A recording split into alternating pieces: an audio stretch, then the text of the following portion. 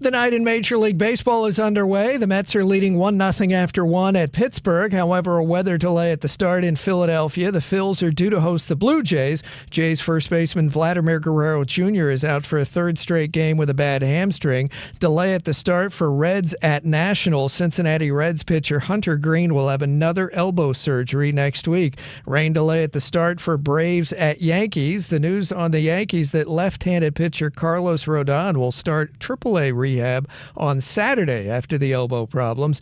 Among the teams about ready to start, A's at Red Sox. A's have lost 8 straight, and the A's and general manager David Force parted ways today. Boston has won 8 in a row.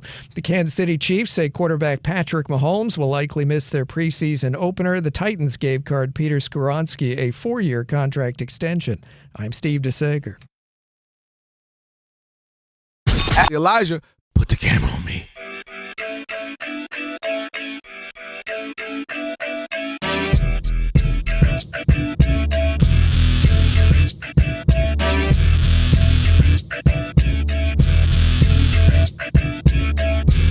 Sweetie.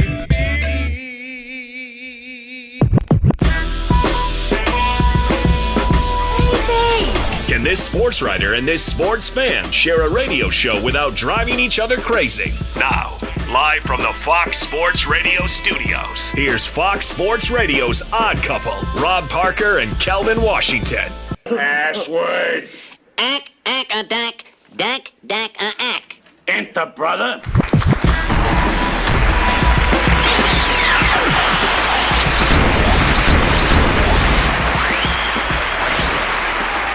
With that password, you now have full access to this very fine radio program for the next 3 hours. Not 2, not 3, not 4, not 5, not 6, not 7. Okay, LeBron, thank you very much. I really believe it. No matter how you listen in, Fox Sports Radio, foxsportsradio.com, the iHeartRadio app, SiriusXM Channel 83. Wow. And now, live We'll do it live. on YouTube. Do it live. That's right. I'll write it and we'll do it live. Do it. Thank you, Bill. Appreciate it. Say my name. Rob Parker. Say his name. Kelvin Washington. We are indeed the odd couple on a funky Flashback Friday. And guess what? You'll need our phone number because we are, without question, the most listener-friendly national sports talk radio show on the planet. At least when people are still awake. It's the only time it matters. Sorry about that. Ben, yeah, we love you, but, listeners sleeping, I'm sorry. They can't count. Doesn't matter. No doubt. Write it down, commit it to memory. 877-99 on Fox. For you laymen who can't figure out the letters and numbers, 877-996-6369. It's not trigonometry. And if you hear feedback on the line when you do call and it's your own fault, it means only one thing. You forgot to turn down the radio. And if you call in here and have a problem with what we say, tough, because... Well, I'm talking to you the way I want to talk to you. You have a problem, turn off your station. Turn off your station, that's right. And with that said, always remember... The Odd Couple was filmed in front of a live audience. Tweedoo-beedee, yeah. All right, let's go. Big show. Let me welcome into the program. Kelvin will be joining us. Uno momento.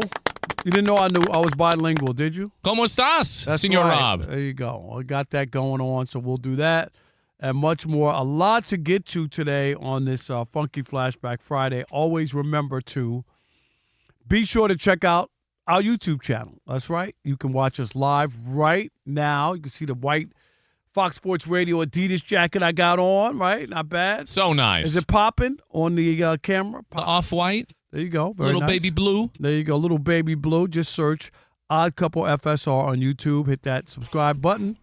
That's cute, Rob. After, you could also tap the thumbs up icon, comment away, and whether you agree or disagree with me. And there you go.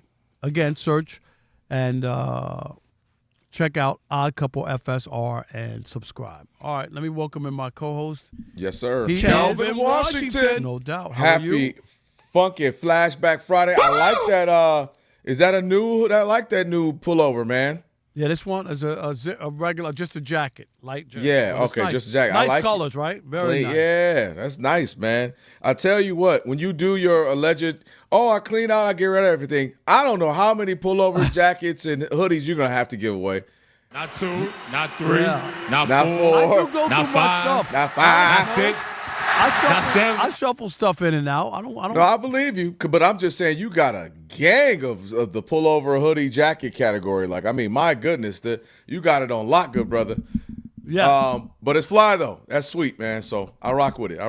Thank you. What's going on, man? How are you this Friday? This Funky Flashback Friday, where your last day before you're gonna be in ATL, shawty.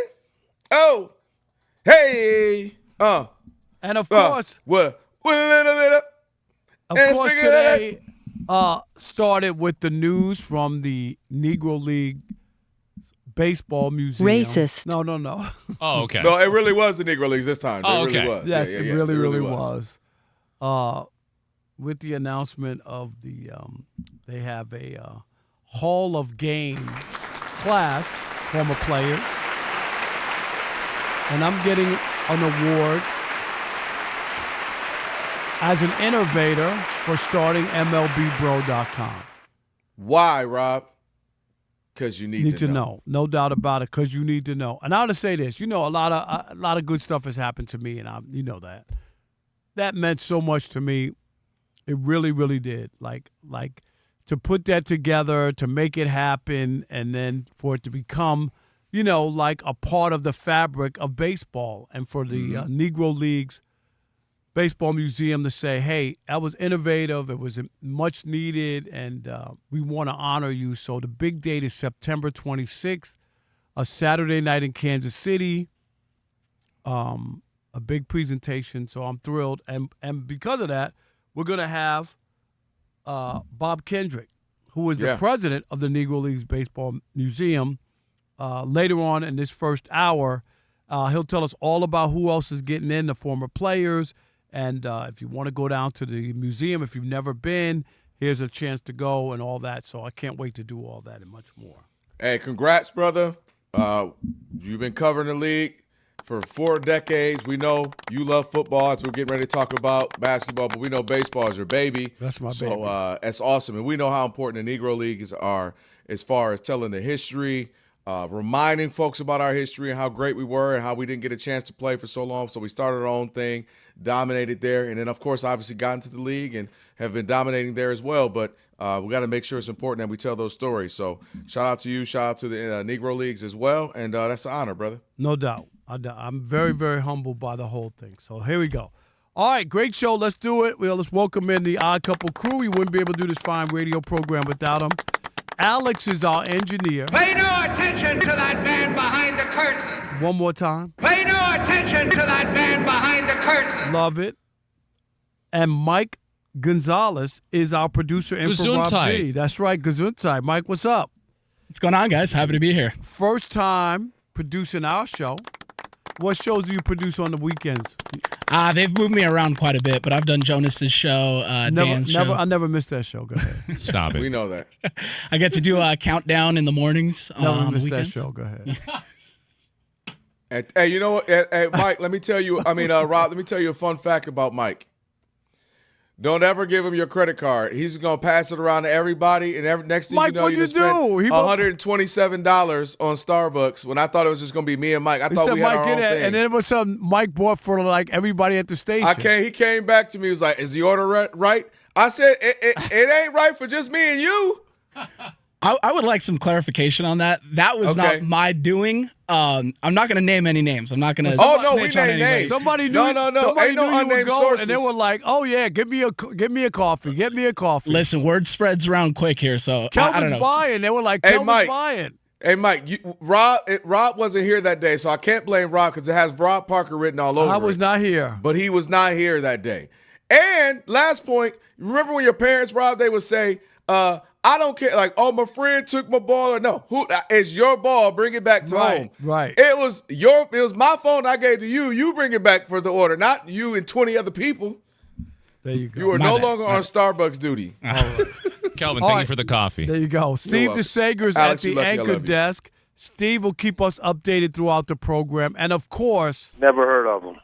Of course, Elijah is our social media guru. And, Kelvin, we know the football started, preseason exhibition football, whatever you want to call it, last night. Let's start there. Yeah, we ended up listen, for those who just wanted any semblance of football, any football action, wanted to, have that, like, football feel, well, you got it. And you got it in a surprisingly, good game. The Carolina Panthers beat the Arizona Cardinals 33-30 on a last-second drive there from the Panthers. Their rookie quarterback, Haynes King, I like that name, ran it all the way into the end zone to win that game. He had 180 yards, a couple of touchdowns, looked good, 39 rushing yards. Kenny Pickett looked pretty solid in the start as well. Well, that tells you all you need to know is that Kenny Pickett looked good. You already know about that. So you have to discount the whole thing. Throw it all away. And then big other conversation was rookie quarterback Carson Beck, obviously a big pick, and a lot of people looking at him. And Cardinals got rid of Kyler Murray. Like, this is supposed to be their franchise moving forward. He looked good. 15-19, Rob, $188, a touchdown. He led on 3 scoring drives for them. He played into the third quarter, so good look for him.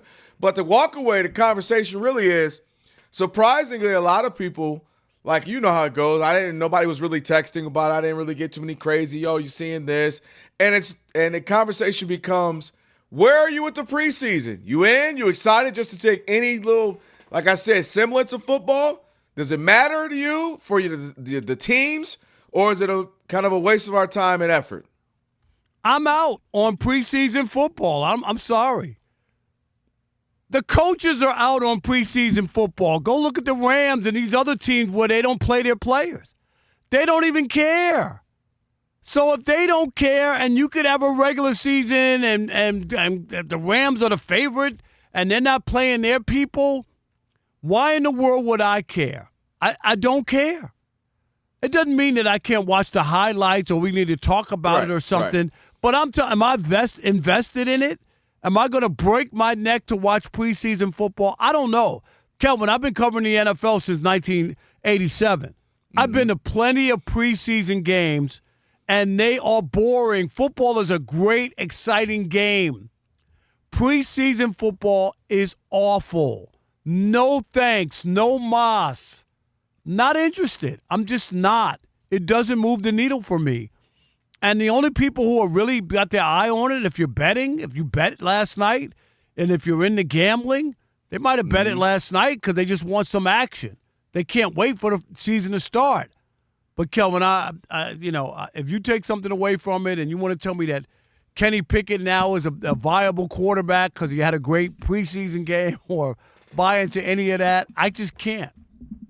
No. I'm not big on preseason. In fact, increasingly less. I think when I was younger, you just, again, it was like you're cracked out, right? I just take anything. Give me any football. But now, again, with obviously life, you grows older. I got, life and kids and jobs and all that. It's like, all right, I'll catch in and check in a little bit.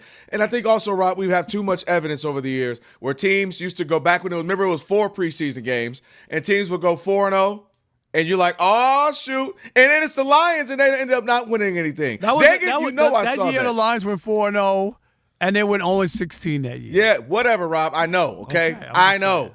So you see that, and then you see some teams go 0-4 and they're dag near in the Super Bowl. So I don't take too much stock. I get the desire to get your big rookies in there, to get some young guys, maybe first year, second year guys, or even new. Maybe if you got a new player that's young and you want to get them acclimated, get them some game, live bullets, if you will. Totally get that. But overall, I think increasingly less we're going to see guys starting their starters playing. Big-time players playing because it's a long season, Rob. We're now at 17 weeks. Daggone it, they're talking about 18 weeks before you know it.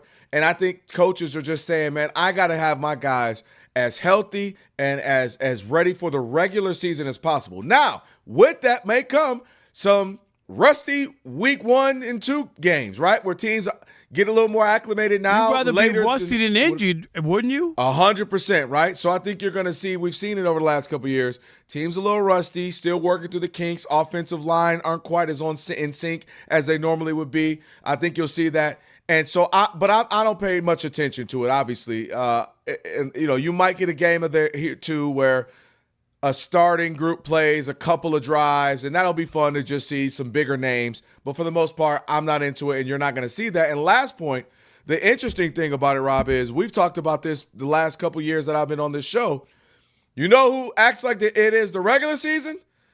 NFL teams, because they're charging you parking like it's regular season. They're charging you prices to get in, Dagner, like it's regular season for preseason games. And they're acting – and they look at that as a great opportunity to get some regular home season game money. Because, boy, if you've ever been to a preseason game, you are like, wait, I'm sorry, how much is parking? 75 what? You must be $100 what? Everything is ridiculous for bad football, and most of the stars aren't playing. Right. Yeah, and so you couldn't give me $100 to go to a preseason game. I'm serious. Yeah, I'm not that interest. Dedicated. I'm not that thirsty for it's coming. I'll wait. It'll be here. I'll wait. For it. Exactly. I don't need it. But as far as what you saw, Carson Beck, listen, all he can do is when the coach says go play, and he looks very, very good. A guy who we knew, who had he had 6 years, Rob, as a college football player. 6 years. Turned down going last year because he was like, I'm about to get this NIL money from Miami, so I ain't going to the NFL yet. So he looked, after all that experience, all those starts, all those big games, what you would hope for him if you're a Cardinal fan, he looked good. That's the best you can do. They ask you to play, well, go play well. So he did that. Haynes King as well. But I don't put too much stock in it at this juncture. All right, 877-99 on Fox, 877-996-6369. Where are you? Are you all in on preseason football? Did you bother? Does it matter to you, or do you wait for the regular season to start? And would you pay to go to a preseason game? Somebody gave you a couple of tickets. I could see for just a goof. I get that, yeah. But would you really pay unless you're forced to pay? Like sometimes it's part of your season ticket package. When I had season tickets for the barbershop in Detroit, they used to make us buy the preseason games. We had no choice if you wanted season tickets. But I would never pay any money for a preseason game. We want to hear from you. Remember, this is The Odd Couple. This is a radio show, not a lame podcast. Draymond. That's right. Hosted by 2 terrible former athletes who don't know what they're doing. We're professionals. 877-99 on Fox. Rob Parker, Kelvin Washington on a Funky Flashback Friday. And you know what you need to do. Stick and stay. Especially if Uncle Rob's looking pretty good in that white zip down in the US of A. Alex, I'm going to tell them about Express Pros a little bit later on.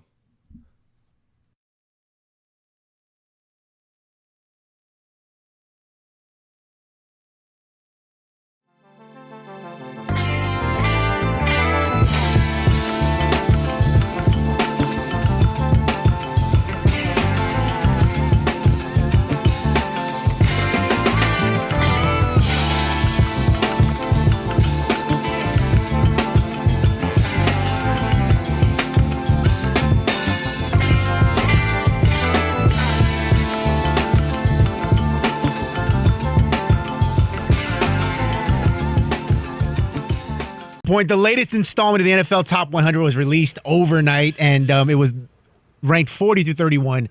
The guy who came in at number 33 overall, Jared Goff. Sounds about right. 33rd best player in the NFL. It's not nothing to cool about. The problem with that is that is 6 spots ahead of Justin Herbert. 11 spots ahead of Joe Burrow. Here's my favorite. 36 spots ahead of Lamar freaking Jackson. Rob Parker, make it make sense. It doesn't make sense. And this is typical. You know what? For a long time, Jared Goff, and I know that's your quarterback there, Kelvin. My quarterback. But he's overrated. And people keep talking about Jared Goff, this and that, and he's overrated for this reason. I don't care what numbers he puts up. He has not been able to put up the numbers in those big games that you need him to put it up. And that's where if you're going to hold that to Lamar and some of these other guys, right? And I get it, they're coming off injuries, and maybe that's why they're pushed down. You know what I mean? Pushed down. But Jared Goff, some of the biggest games, and you know this, Kelvin, last year, 2 years ago, right? Was it? No, yeah, because they didn't make the playoffs last year. 2 years ago. That game against Washington at home, 9.5-point favorites, and Jared Goff wet the bed. If he was that quarterback and people really thought he was that dude, he would have never been traded from the Rams. Remember, the Rams had a smoking hot offense when he was there. They actually were averaging like 35 points a game. Come the Super Bowl, they scored 3 points on an 89-yard field goal, and that was it. They were like, okay, he's the weak link. We got to do something else. That's where Matthew Stafford. They took Matthew Stafford, who hadn't even won a playoff game in his career, over Jared Goff, who was a Pro Bowler, who had his offense clicking, one of the top 5 offenses in the history of the NFL. None of it mattered because they didn't think he could get the job done when it mattered most.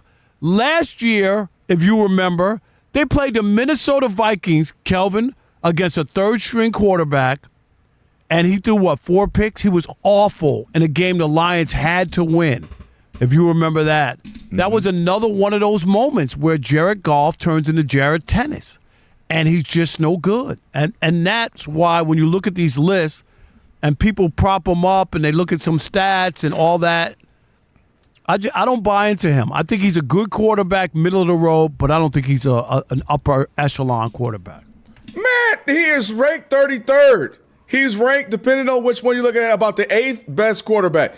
You did all that talking just to tell me the man is properly rated. Nobody said he's better than Patrick Mahomes or he's better than Josh. I don't think he's better than Lamar Jackson, and I agree with you on that. It's Lamar and Joe Burrow. Right, I agree. How in the world could he be 35 spots ahead of Lamar Jackson? The 2 lists we've been going off of do it differently. So the tiers one, we just talked yesterday. Who were we on the phone with again? Mike Sando, and he didn't even admit it. Like it's kind of random how we do it. It's history. It's also projecting future, and it's also current.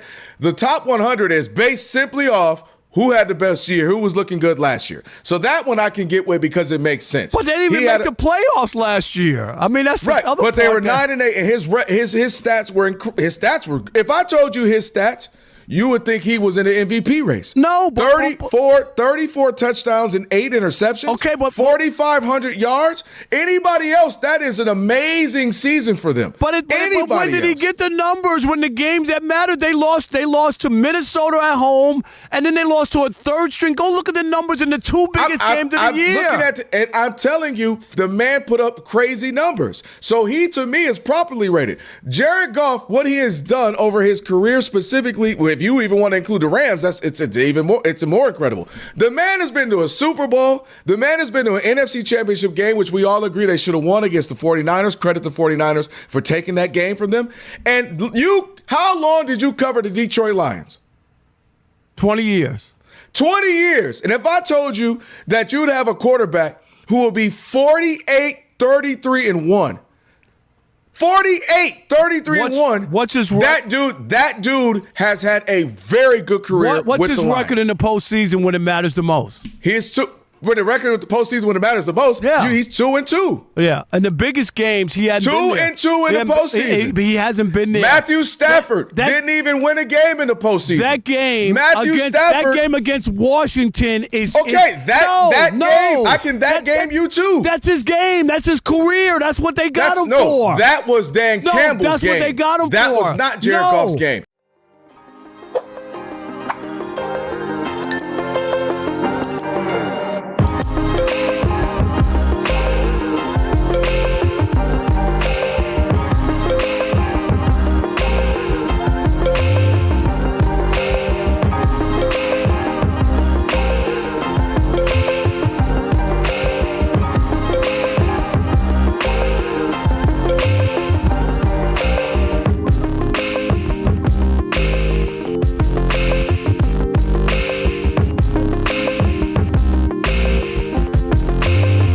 Hey, all right, funky flashback, DJ Alley Alex.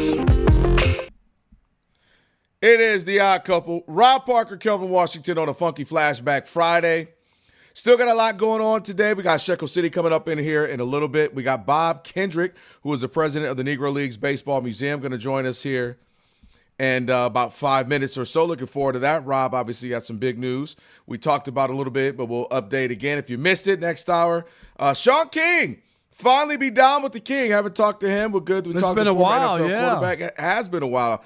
And then we'll also have John Cirillo. He is an author and PR legend with the Knicks. We'll talk about that new book that he has as well. Really interesting stuff. So we got a lot to get to on this Funky Flashback Friday, Rob. Stream us live wherever you happen to be. Check out the iHeart app. Catch us live in all your Fox Sports Radio shows. Live 24/7 in the new and improved iHeart app. Just download it. Look for Fox Sports Radio. And then, of course, look for us there. And that way it'll be right at the top of your screen. Set us as your preset. Don't have to search for us. All right. 877-99 on Fox. Football is back. You had the Hall of Fame game. You're in. Cardinals and Panthers yesterday. Did you enjoy it? Are you all in? Or is it, you're not really with this appetizer. You want the real thing. Who we got, Rob? All right. Let's kick it off with Cody in Idaho. Cody, you're on the Odd Couple Fox Sports Radio. What's up? Hi. How you doing? Doing great. What's up, Cody? Hey, so I think I got your fix to the preseason because preseason doesn't need to be there.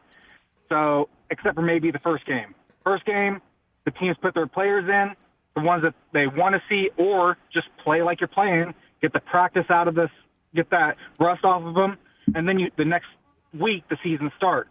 But it's like college football. What preseason do they have? They play also rans, right? The first couple weeks and roll through those guys, right?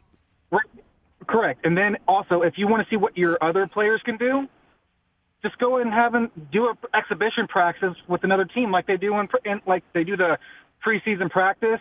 Right. Yeah, Rams, Cowboys kind of thing. Yeah, what they do like. Right. They do it in their training camp, but just like do an exhibition, like put your good players in there or your drafted players in there and see what they can do. Screw the rest of the preseason. I don't know if I can say that, but yeah. Thanks, Cody. I got you. We got you. Yeah, we appreciate it. Cody. Thank you. Yeah, but they look, Rob. You know they ain't getting that. They are not giving up that money I talked about. Those preseason tickets. No. Preseason hoodies. People buying all that gear and merchandise at the game, popcorn and parking. They ain't giving that up.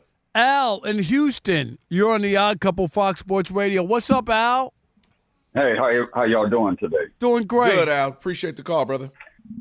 Great. Hey, I don't want to talk about football. I just want to send you brothers some flowers because about a year ago, I'm going to tell you what y'all did for my daughter. My daughter's 22. She was in a head-on collision with a drunk driver. He passed away, but fortunately my daughter survived. She's in the Coast Guard. She's stationed in Jacksonville, Florida. When I got the call, she was up in the hospital. And she was so distraught. She had a major concussion. She didn't sustain a lot of bad injuries, but the mental part of it was killing her. And I get this call late one night from her mom before I flew up there, and they said she was doing spectacular. What happened was she was up with the night nurse laughing at you guys for y'all's take on y'all's sports thing. Really? My daughter's yes, she is 22. And she doesn't watch any other sports but you guys. And I want to thank both of you for saving my daughter's life. Wow. Come on, man. You about to make a brother shed one right now. Come on, man. Hey. Come on, man. Laughter is the best medicine. Al, we appreciate that. And Kelvin What's your daughter's name, if you don't mind? If you don't have to, if you know. Her name is Alicia Jackson. Alicia. Hey, Alicia, we are wishing you all the best. Love and Thank prayers. you so much for listening.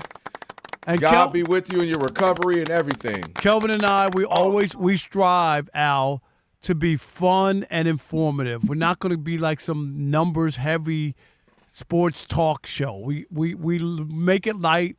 We give you the information, but we want to entertain, and that's a beautiful story. Thank you, Al, for sharing Al, that with man, us. appreciate that, man. Oh yeah, and the good thing about it is, after that, she went through her rehab, and she just signed on for 2 more years. Wow, for the Coast Guard. That's beautiful. Well, thank you for your service, Alicia. Yes. Thank you for listening. And Al, thank you for sharing, know. brother. Yes. Yeah, man, you got us. Woo! All right, man, y'all. All right, Appreciate that. Al, I'm gonna have to go back. Yeah, football, tackling people and stuff. Yeah, because you about to have a brother in here. You know, I got 3 girls. Al, I'm about to shed one up in here. Come on now. Mike in Tampa, you're on the Odd Couple Fox Sports Radio. What's up, Mike? Hey, Rob, Kel, how you guys doing from Tampa, Florida? Great, buddy. What's up, Mike? Well, let me tell you, we got bigger problems and contract issues than preseason games. But let me tell you, I've been a season ticket holder since I moved to Tampa after I finished college at Florida State in '92. Grew up down in Bradenton, Sarasota area. And let me tell you, it's always been an issue about having to pay for those tickets. Yep. Yeah. And I'm not talking about sitting up in Green Bay or anywhere else, or talking about the heat of Tampa, Florida. So what I decided to do a couple of years after, about 95, 96, is find some neighbors with some kids, and I give the preseason tickets away. To them. And just give it to them. But I just wanted to give you guys a call. Love the show. Thank you. I've never Appreciate called it. you guys. Love it. And I don't know what your take is on, I got you on the phone on whole Baker Mayfield and Vita Vea situation. Pay down the here, man but- his money. Yes, we both say he should be paid. And Baker, and thanks for the call. We appreciate it, but All we right, think he thank should you, be. guys. Yes, we do. Real quick. Quarterbacks don't grow on trees, Rob. We know how hard it is. 15 teams would get rid of their quarterback if we can. I know we got Bob Kendrick coming up. Let's do one more. Tony in D.C. Real quick, Tony. You're on the Odd Couple Fox Sports Radio. Fellas, what's good? Always a pleasure. I can watch a play or two, but other than that, I'm not invested. But, Rob, I have a question for you. Yes. You can watch either one. You got to pick one with unlimited favorite wings of yours. Okay. A, a preseason game where the starters play the whole game. B, Game 5 of the WNBA Finals. Okay. C, a Kelvin Washington high school mixtape with Kelvin, and he's commenting on the plays. Or D, the Lawrence Welk Show. The Lawrence Welk Show. Tiny Bob. Hey, you didn't hear? He said C. Watch your boy get busy. No, Wow. Lawrence Hey. Welk. Tiny bubbles. Tiny bubbles. And he asked you that at the perfect time. You know why? Because I'm about to, as soon as we get Bob on this line, boy, I'm about to be like, why y'all get him in it? I know. I already know. I know you're going to give him the business about I'm me about to getting give in. him the business. Come on, Rob. All Hey, right. appreciate all the calls, Thanks, man. Tony. And again, Alicia and Al, thank y'all so much. That meant a lot to Rob and I. Seriously, man. So, all right, let's get to it. On the way, who's doing updates? Steve DeSager.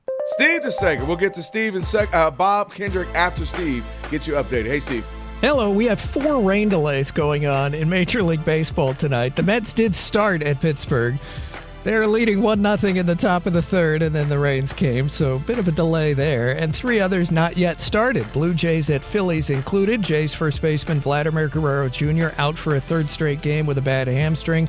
Reds at Nationals not yet underway. Cincinnati's won 4 in a row, but Reds pitcher Hunter Green will have another elbow surgery next week. Braves at Yankees not yet started. The news on Yankee lefty Carlos Rodon, he will start a AAA rehab on Saturday. He's had a bad elbow. The Yankees are second in the AL East, 4.5 games behind the Rays. Boston is 5 back. The Red Sox are scoreless bottom of the second against the A's. Boston has won 8 in a row. The Red Sox record since late June is 31-5, and they're hosting an A's team that's not only lost 8 in a row, but the A's and general manager David Force parted ways today. He reportedly was not moving to Las Vegas with the team in the future. As for Pittsburgh during the rain delay, the news earlier, the Pirates outfielder O'Neal Cruz started AAA rehab tonight. He's been out 2 months with a broken hand. The Twins placed pitcher Joe Ryan on the IL with a glute strain. Minnesota's at Milwaukee in just a few minutes. Brewers with the best record in the majors, 72-43. The Angels have a Mike Trout home run and lead 1-0 at the Marlins in the bottom of the second. The Chiefs say quarterback Patrick Mahomes will likely miss their preseason opener next week, coming off knee surgery last year. The Titans gave guard Peter Skoronski a 4-year extension worth $88 million guaranteed. The Bills gave guard Osiris Torrance a 4-year extension worth $46 million guaranteed. Looks like Jordan Spieth will barely make the cut in Greensboro at 3 under par. Jordan Smith tied for second, 1 behind. Bo Hostler, back to you. Steve, thank you so much. Appreciate it as always.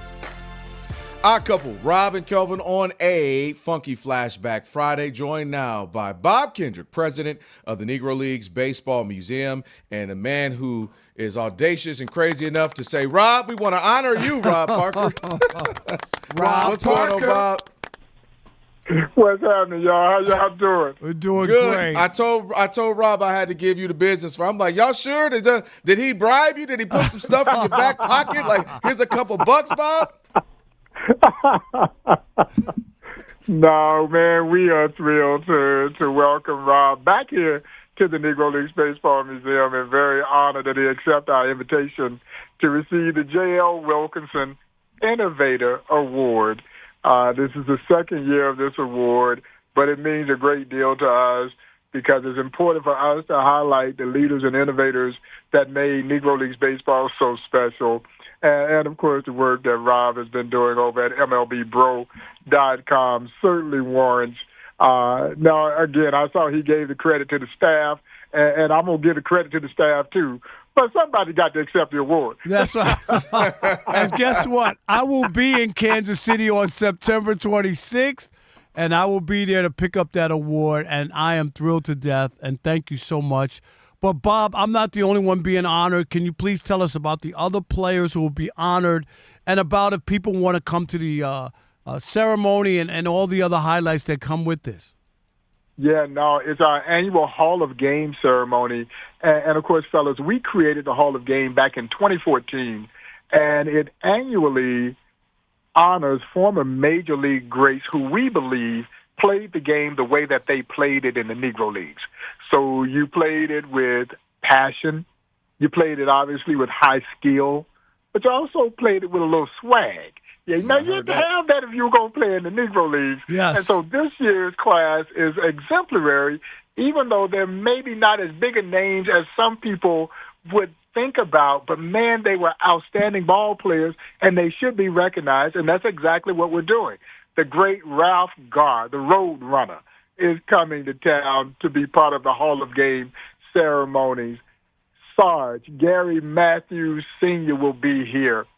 Reggie Smith, his nickname was Spike. Now, if Bob Gibson nicknamed you Spike because he says you played the game hard-nosed, and no one played the game more hard-nosed than Bob Gibson, right, then you must be pretty doggone tenacious, and Reggie Smith was just that. And Andre Thunder Thornton rounds out our fabulous four, legendary, well, most people remember him as a member of the Cleveland Indians, big power-hitting first baseman, DH later on in his career, tremendously successful businessman post-baseball, but what a tremendous class for us to honor on September 26th here in Kansas City for our annual Hall of Game. Tickets go on sale next week, so you can log on to www.nlbm.com to get all the details about the Hall of Game ceremony. But it's going to be a fabulous time, and, you know, we're looking forward to sitting down and just having a chat with all of our honorees. You know, we don't ask them to come in and make a speech. It's basically a fireside chat with baseball folks talking baseball. And you guys both know, no one has greater stories than baseball players. No doubt. No doubt. I've been covering baseball for 40 years. I actually interviewed Dusty Baker for my podcast for next week, and, you know, I could have talked to him for 4 hours. I mean, my goodness. You know that. Dusty has all the great stories. I've said this too, Bob. He's the coolest baseball player I ever knew because he had the wristbands, the toothpick. Am I right? Like, Dusty Baker was cool. He epitomized cool. No doubt. and him and Glenn Burke were the ones who started the high five. High five. Yes, absolutely. It's interesting. I read an interesting article. About, you know, we inducted Dusty into the Hall of Game last year because we honored some of the great black managers of Major League Baseball history. And so Dusty, Jerry Manuel, Cito Gaston, Willie Randolph were here last year for the ceremony. Great class. And of course, Dusty and Ralph Garr were rookies with the Atlanta Braves in 1968. And Satchel Paige had been brought in by the Braves because they thought that Satchel was a little bit shy of getting his pension. And Bill Bartholomew, who owned the Braves, was the only one of the owners that invited Satchel to come in. And Dusty Baker says he used to carry Satchel Paige's fishing poles because everywhere Satchel went, Satchel had his fishing poles. And then Dusty and Ralph were assigned to Henry Aaron. Wow. You see, when Henry Aaron was going through that whole ordeal as he was chasing Babe Ruth's record, and you guys remember this, he got over 1 million pieces of hate mail that were death threats. He used to have, Kelvin, I don't know if you know, he had dummy rooms. Like they had. Oh, absolutely. Yeah, they had to have dummy rooms because they wanted to harm him. Oh, absolutely. And so the Braves assigned young Dusty Baker and Ralph Garr to entertain Mr. Aaron because Mr. Aaron liked to laugh, and they were trying to keep his mind off of everything that was swirling around him. So Ralph Garr and Dusty Baker had that assignment of entertaining Mr. Aaron while he was going through that whole ordeal, and lost in the fact that Mr. Aaron broke the record in 1974. Ralph Garr won the batting title that season. Wow. And it was almost lost in the fact that Henry Aaron had this tremendous milestone. And so Ralph, of course, having attended Grambling State University, and we always tout the fact that there were a number of Negro League players who went to HBCUs. Right. So that's a wonderful story and a connection that we'll get to share, when we sit down and talk to him. All right, Bob, we're about to run out of time. Tell people if they want to, if you haven't been to the Negro Leagues Baseball Museum in Kansas City, this might be your chance to come down and take in this evening. Bob, if they want to get tickets, it's September 26th on Saturday. Absolutely. Saturday, September 26th, dinner here at the Negro Leagues Baseball Museum. The ceremony is right across the street at the beautiful Gym Theater. And again, go online to www.nlbm.com. Tickets go on sale next week. We would love for y'all to come out, support Rob, support the Negro Leagues Baseball Museum. We're gonna tell some lies. Oh, y'all need these gonna be some good lies. Y'all need to be here for that. Yes. Thanks, Bob. I love it. Yes. Bob, man, appreciate you. All the best. And Bob, again, my thanks for thinking of me and MLB Bro. It means the world to me. It really does. It means the world. Well, we appreciate you, man, and we applaud you for what you're doing to help grow this game in our community. That means a lot to all of us here at the Negro Leagues Baseball Museum. I'm just feeling like Rob and Bob. It's some Kawhi Leonard stuff going on here, Rob. You thought of somebody or something. Bob, appreciate you, man. All the best, my brother. Thank you so much. All right, guys. Take care. No doubt. I'm just saying, Rob, just making sure right out here. Hey, congrats again, brother. That's dope, man. September 26th. Get your tickets. Go check it out. NLBM.com. Go check them out. All right, Shekel City on the way. We'll see how Rob did there. Plus, a little scrap is good, right? A little scrapping for the team. We'll tell you what NFL quarterback and star player got into it. We'll give you that in just a bit. It is the Odd Couple on a Funky Flashback Friday. Stick with your boys. Before we go, though, if you work in logistics, you know one thing, nothing moves without you. Tight now, of course, and right now, companies are everywhere looking for skilled people who can keep their supply chains running strong. Find your next job through Express Employment Professionals. At Express Employment Professionals, logistics isn't just another career field. It is a specialty, from warehouse associates and forklift operators to shipping and receiving, CDL drivers, inventory coordinators, and more. Express connects you with the roles that keep businesses moving. Go to expresspros.com to find a location near you and give them a call. And whether you need to get your foot in the door with the contract role or you're looking for full-time work, Express finds you a job where your skills fit and your experience matters. The best part, with Express, there are never any fees for job seekers. So if you're ready for your next shift, your next challenge, or your next big move, let Express help you find a logistics job that fits you. Visit expresspros.com today. Stop searching alone. Get support, get options, and get to work.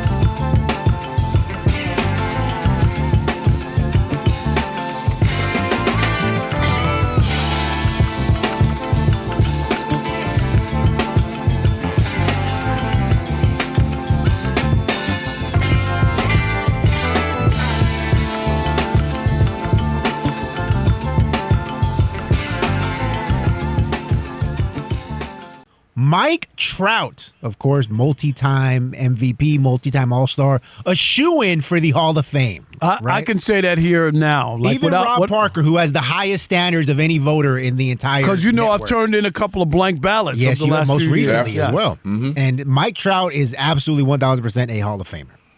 And he spoke to USA Today this week in exclusive to ask him about, hey. Was that Nightingale?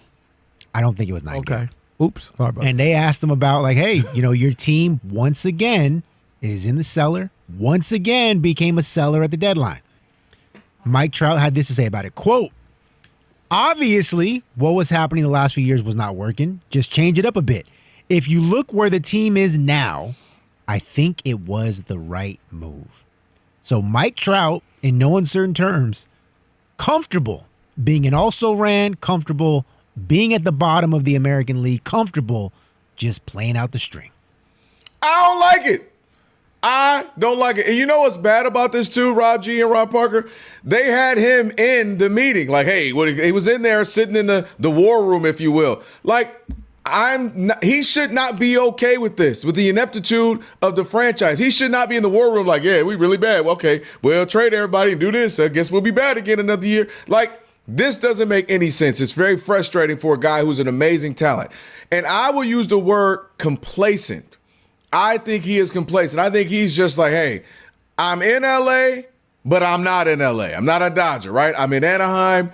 I get to play. Baseball already allows, because it's such an individualistic team sport, it allows for you to be great, but not have the expectations, right? If you're a great pitcher and you can be 4-8, but you can still be an all-star because we know, well, you've been great. Your team just keeps going. They can't give you run support. Or you can have 40 home runs and be 25 games, 40, 30 games under 500. Doesn't matter. You're great. It's an individualistic team sport, and we know that. So he can go do what he does, put up numbers. It's quiet in Anaheim. He's not in LA with the Dodgers and all the noise, and they can have no expectations because it's the Angels. And I don't like that. I want to see him. We want to see the best talents in all the sports. You had Shohei and him down there. Don't make the postseason. He's down there, and Shohei's down there. We don't even really see Shohei until he comes to the Dodgers. Now we see him. He's on big national games. He's in the postseason. He's in World Series. And he's become a spectacle and a unicorn. And the other thing that comes with that, and Rob, we talk about it, maybe this is what Kyle Tucker is dealing with. Maybe what this is other guys have dealt with. When you go to big-time places, and if he were to go to the Phillies, where he's from, his home area, if he were to go to the Yankees or something, people will be looking at you. Alex Rodriguez was all great when he was with the Mariners and the Rangers. Then you come on over here to the Yankees, and it's expectations. Hey, we're in the postseason every year. What you gonna do? You gonna produce, or you gonna choke? And he choked for a while. He didn't play well for a while. And then 2009, he did it. Exactly. Then he got it right, and he was able to have his Yankee moment and now be endeared by the community. But my point is, I think Mike Trout's just happy. I'm under the radar. I get to just be good, but don't have to have any expectations individually and with the team. I'm already self-made, made man, meaning I'm going to the Hall of Fame. And I just wish I wasn't like that. He's getting to the age where we may not see the greatness of him anymore. I want to see it on a large platform. And I would have thought at some point he would demand a trade, and nobody would argue with him. He's played his guts out, played injured, all that. And if he wanted to go have a chance for the last few years of his career to go compete for a postseason and maybe a deep postseason run, not a single human being would be mad at that. So I'm mad that we've lost this talent. We don't get to see him on a national stage more often, and he's been wasted. I'm more mad at him, seemingly. He could tell me, Kelvin, you're wrong, but seemingly that he's complacent with his situation, and that's the part I don't like, right? I got a word worse than that. I think he's selfish. And his talent that you talk about and the way he burst onto the scene, Kelvin, was unbelievable. They thought he might be the greatest player who ever played. That was the conversation, not how great, the greatest player who ever played. He checked every box for the analytics. The guy can field, play center field. Athletic. Yep. Everything. He could do everything. And I say selfish from the standpoint that you just brought up. He plays on a team that doesn't matter. He plays on the West Coast, so most people don't get to see him. Mm-hmm. Just talked about A-Rod in Seattle and whatnot until you, right? Yep. And he's so comfortable that he knows that he's made the Hall of Fame. And I haven't, he hasn't said that publicly, but I believe that. You know what I mean? That he knows It would take a miracle. He's 12 years in, Kelvin. He's just he's 12. Not too many people are 12 years in, and this is you're going to be a Hall of Famer.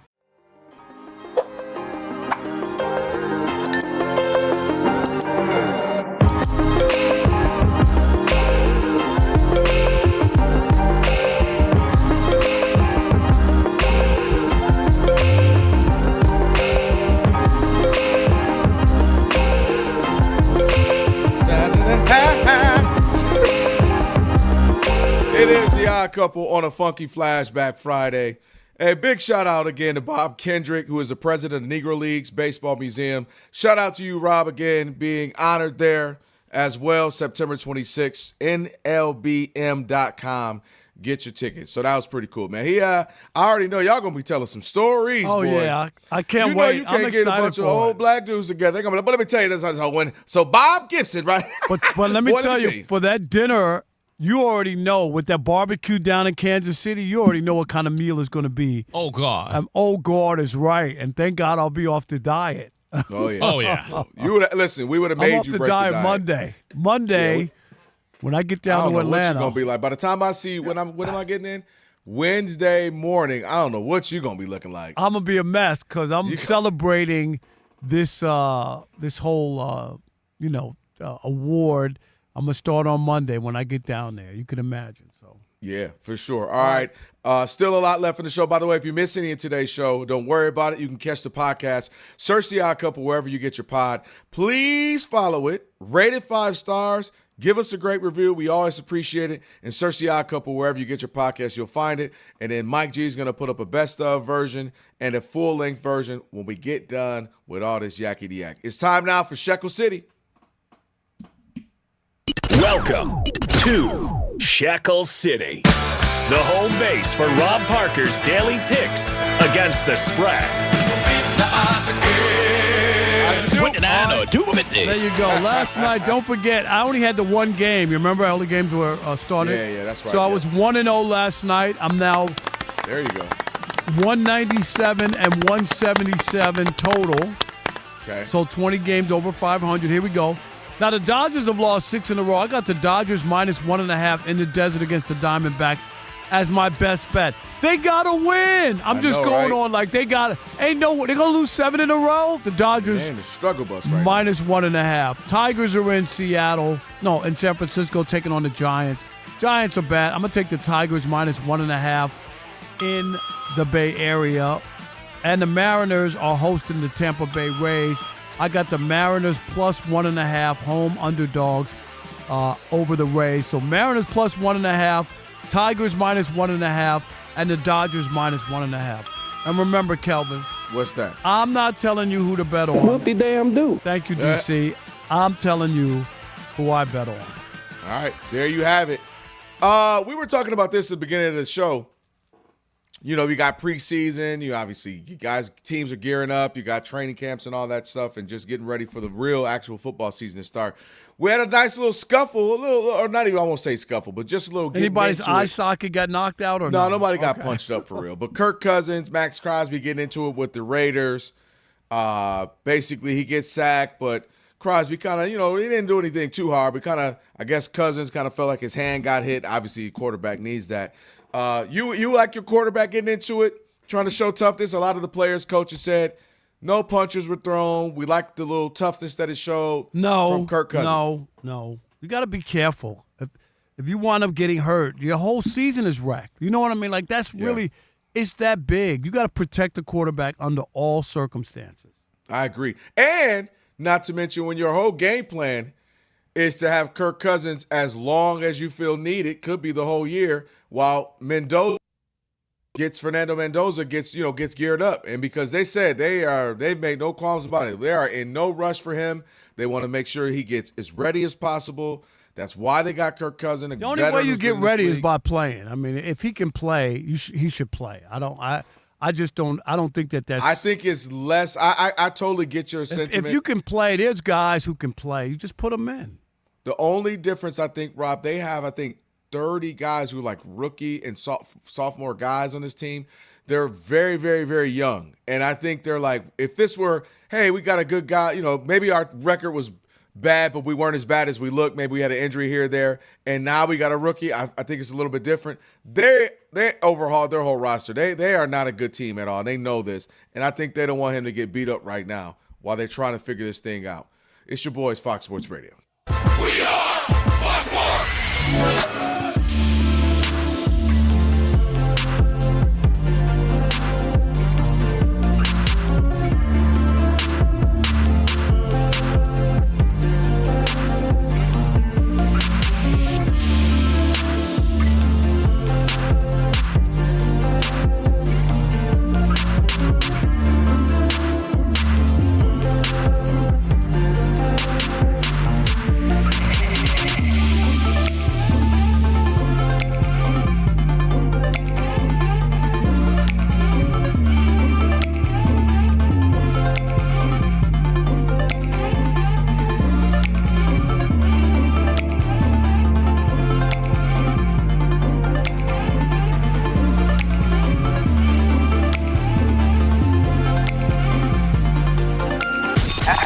I would not be comfortable pulling the I'm a vet starting quarterback card. I wouldn't use it.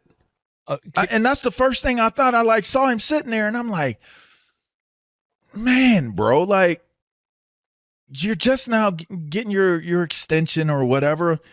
Like, bro, get one series in. Do not allow for yourself to be sat out, because in some cases you can look at it truly as, we're resting our vets, we're resting our old heads. In some cases, that is very true. They're protecting their vets. In some cases, it's just a slight start to a phase out. It's just a slight understanding, or maybe a making it clear that you're not the future of this team. And then you have a player go out there and show out the way that Beck did. He had to have been sitting there like, man, maybe I should have suited up. Maybe I should have took some reps just to make sure that they know that, I'm the guy for now. Can I ask you? Let me ask this though: what's the upside of that for him going out there? He's already the guy. Maybe maintaining his job a little bit longer than what he might have originally have kept it for. He already got paid. I don't. Yeah, he already got paid. I don't believe I get that. A team looks at a guy and goes, "Hey, Beck played great in the pre." Like the coach came out and said, "This is what he's been doing in practice." So think about that. They've been watching this in practice. But you got practice players, Q. You know that some players look like all Americans in practice. It doesn't change the point of the game. Okay, but you're not hearing me. It doesn't change the point of the fact that they've been watching this. They've been seeing this. They still paid Jacoby. They still did the deal. So none of what you're saying matters, because whatever you thought of last night, just because Carson Beck played and played well and Jacoby didn't play, it doesn't matter. They already paid him. Like they already made this decision based on everything they've seen. It matters what I'm saying, for one, because it's coming from me. That makes it matter like immediately upon even a point being made, is that it just came from me. So I agree. It matters. Relatable. All right, thank you. Secondly, I'm going to push back on that, because you guys can say he's already gotten paid, and I understand that. I agree with you 100% on the fact that, you know what, win, lose, or draw, he already got paid. That's fine. But if I'm a competitor, if this thing means something to me, and just getting paid and sitting on the sideline, which is something I've had to get used to doing, and I get an opportunity to be a starter, maybe starting matters more.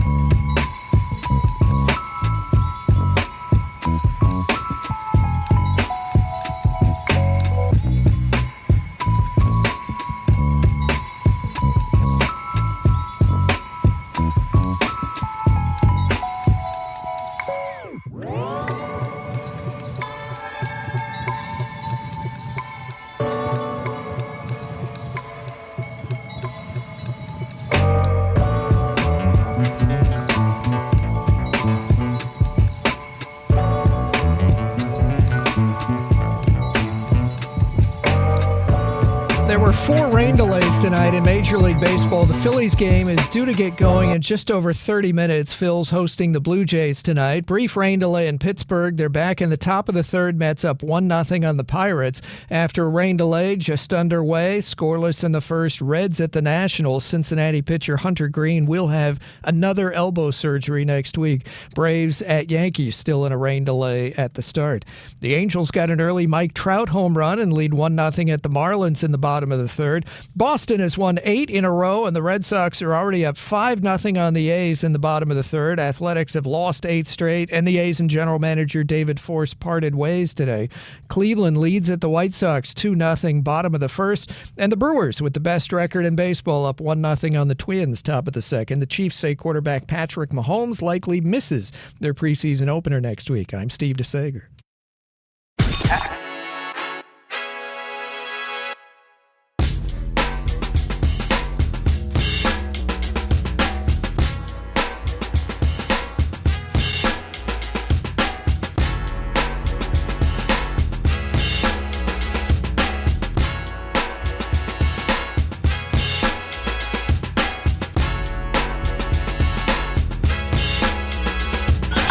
Can this sports writer and this sports fan share a radio show without driving each other crazy? Now, live from the Fox Sports Radio studios, here's Fox Sports Radio's Odd Couple, Rob Parker and Kelvin Washington. Our number two. Here on a Funky Flashback Friday, Rob Parker, Kelvin Washington. Kevin! It is the Odd Couple on Fox Sports Radio. Be sure to check out our YouTube channel. We have over 30,000 subscribers. We appreciate the people who have signed up, and we hope that you do as well. If you haven't done so, just search Odd Couple FSR on YouTube. Hit that subscribe button. Do the thumbs up icon like the Knicks did back in the day. Comment away. Hey, yo! There you go. Hey, check it out. Yo. Our YouTube channel is popping. Watch us live right now and just search Odd Couple FSR to subscribe. Coming up in about 28 minutes, we'll be down with the King, Sean King. It's been a while since we heard that. It has. And I got some things to ask him, too, when we talk to him. That's right. So, Sean King, give us some NFL stuff coming up in about 28 minutes. That and much more coming up. But, Kelvin, hour number 2, as we talk about it, there was news, Kawhi Leonard news, about this never-ending story here. What do you got? Never-ending story. Like that movie when I was a kid. Alex, you remember that one? Great movie. Yeah. Didn't the dog look like, I used to think he looked like a big corn on the cob, the little dog in that movie. Remember that? That's funny. Or the little dragon thing. Yeah. Was it cream style corn or no? No, it was on the cob. It was on the cob. It was still on the cob. So we got, that's what I called a reach-around dog. Hold up. What? Hold up. This is, Rob, we've been talking about this. No that near year, Pablo Torre ain't playing around. So Pablo Torre finds out his podcast on the latest episode there that apparently that aspiration deal that Kawhi was, had allegedly isn't the only one. So scoreboard manufacturer Daktronics, they built that $100 million video board. Which, by the way, I still haven't been to the Intuit Dome. I know you've been there a handful of times. The Clippers Beautiful. Intuit. Yeah. Just spectacular. Like so the company that built all those screens in there, and they had apparently hired Kawhi to a multi-million-dollar sponsorship deal for which he has done, of course, no work, and that is according to Pablo Torre, and of course he has some sources. One at a high-level source said under contract for Intuit Dome went on to say that he's 1,000% sure that they were circumventing the salary cap. When it comes to this. Okay. So people with it, and they went on to say real quick that they're not a company that you would see a celebrity endorser for. It wasn't coming out on their end. The Clippers were technically kind of funding it, and it was funneling money from the Clippers to Daktronics back to Kawhi. I'll let you start. Where are you on this? Because you know where I'm going to make my case. I do know where you are, and I'd rather hear totally from you. Get where you are.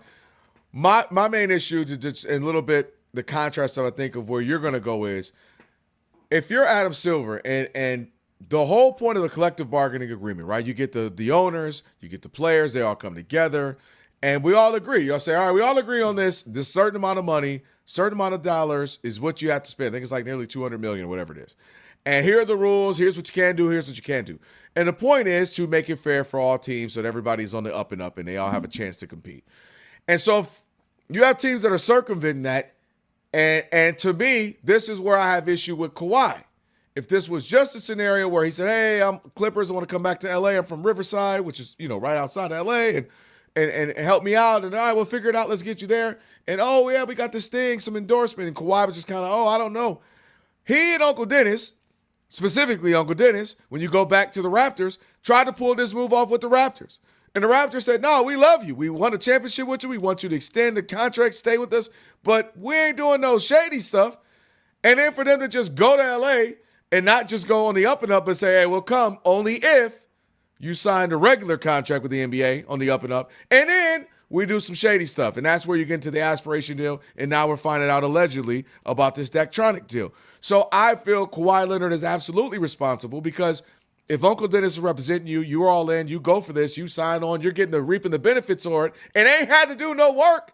Clearly, you're a part of it. Now, clearly, Steve Ballmer is a part of this as well, and he and the organization for being the ones funneling the money, going with this, as paying aspiration, again, this random company, which looks like it might have been a shell company, and now Daktronics, which, we built your screen, but you're putting a little extra dough in there so that we can get us to Kawhi for another sponsorship and endorsement, which he ain't did nothing for. This is where you got to make sure you lever the hammer if you're Adam Silver. My last point, but, and it's a big but, we talking maybe Nicki Minaj, Cardi B, Meg Thee Stallion. I was going to say Bathsheba, but. Bathsheba? It ain't happening, Rob. Steve Ballmer is not about to get in crazy trouble. We talk about it all the time. Richest owner in the league. Just built this beautiful Intuit Dome. Adam Silver doesn't come down on anybody about anything. And so nothing's going to happen. And I also think the owners, Rob, I think the owners who would have to get involved in this, I don't think they want to make a big fuss about it if Adam Silver doesn't say to owners, hey, what do you guys want to do? Because I think they got skeleton in their closets. I think they've got some things that they've done, and I don't think Kawhi is the only one that has partaken into some of this shady going on with some extra money, some random endorsements, and I think they're like, look, just find Steve Ballmer a couple bucks. He's got it. He's good for it. Maybe Kawhi has to, miss a few games, and we move on. Because I don't want you to start lifting up our rocks, lifting up under our bed, looking in our closets and finding out what we got going on. Because I feel that there has to be some more of this. Now, I'm not saying every team, but some more. And if you're the owners and you start picking on Steve Ballmer, he's going to start looking at y'all too. See, here's my issue. This isn't about Kawhi Leonard. It just isn't.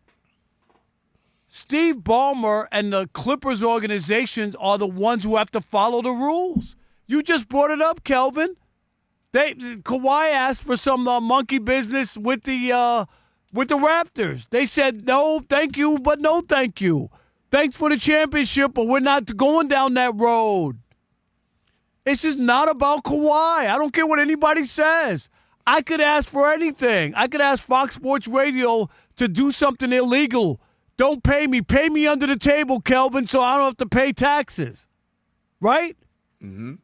And Fox Sports Radio said, no, we want you on the air. We want to pay you, but we got to go through the tax system and the government. No way, no how are we paying you under the table because they're the ones that's going to face the brunt of it, right, for doing the chicanery. Mm-hmm. And that's why I think this is about Steve Ballmer. You can focus all you want on Kawhi Leonard. Stop. It ain't. He can't make them do this. He can ask for whatever he wants. I want half of the moon. I think it's misguided. Go after Steve Ballmer and his people who turned the other way, who did not follow the rules and the collective bargaining, who were trying to pull a fast one on the other owners who are supposedly following the rules on how much money is to be spent and how you're supposed to do it. You see what I'm saying?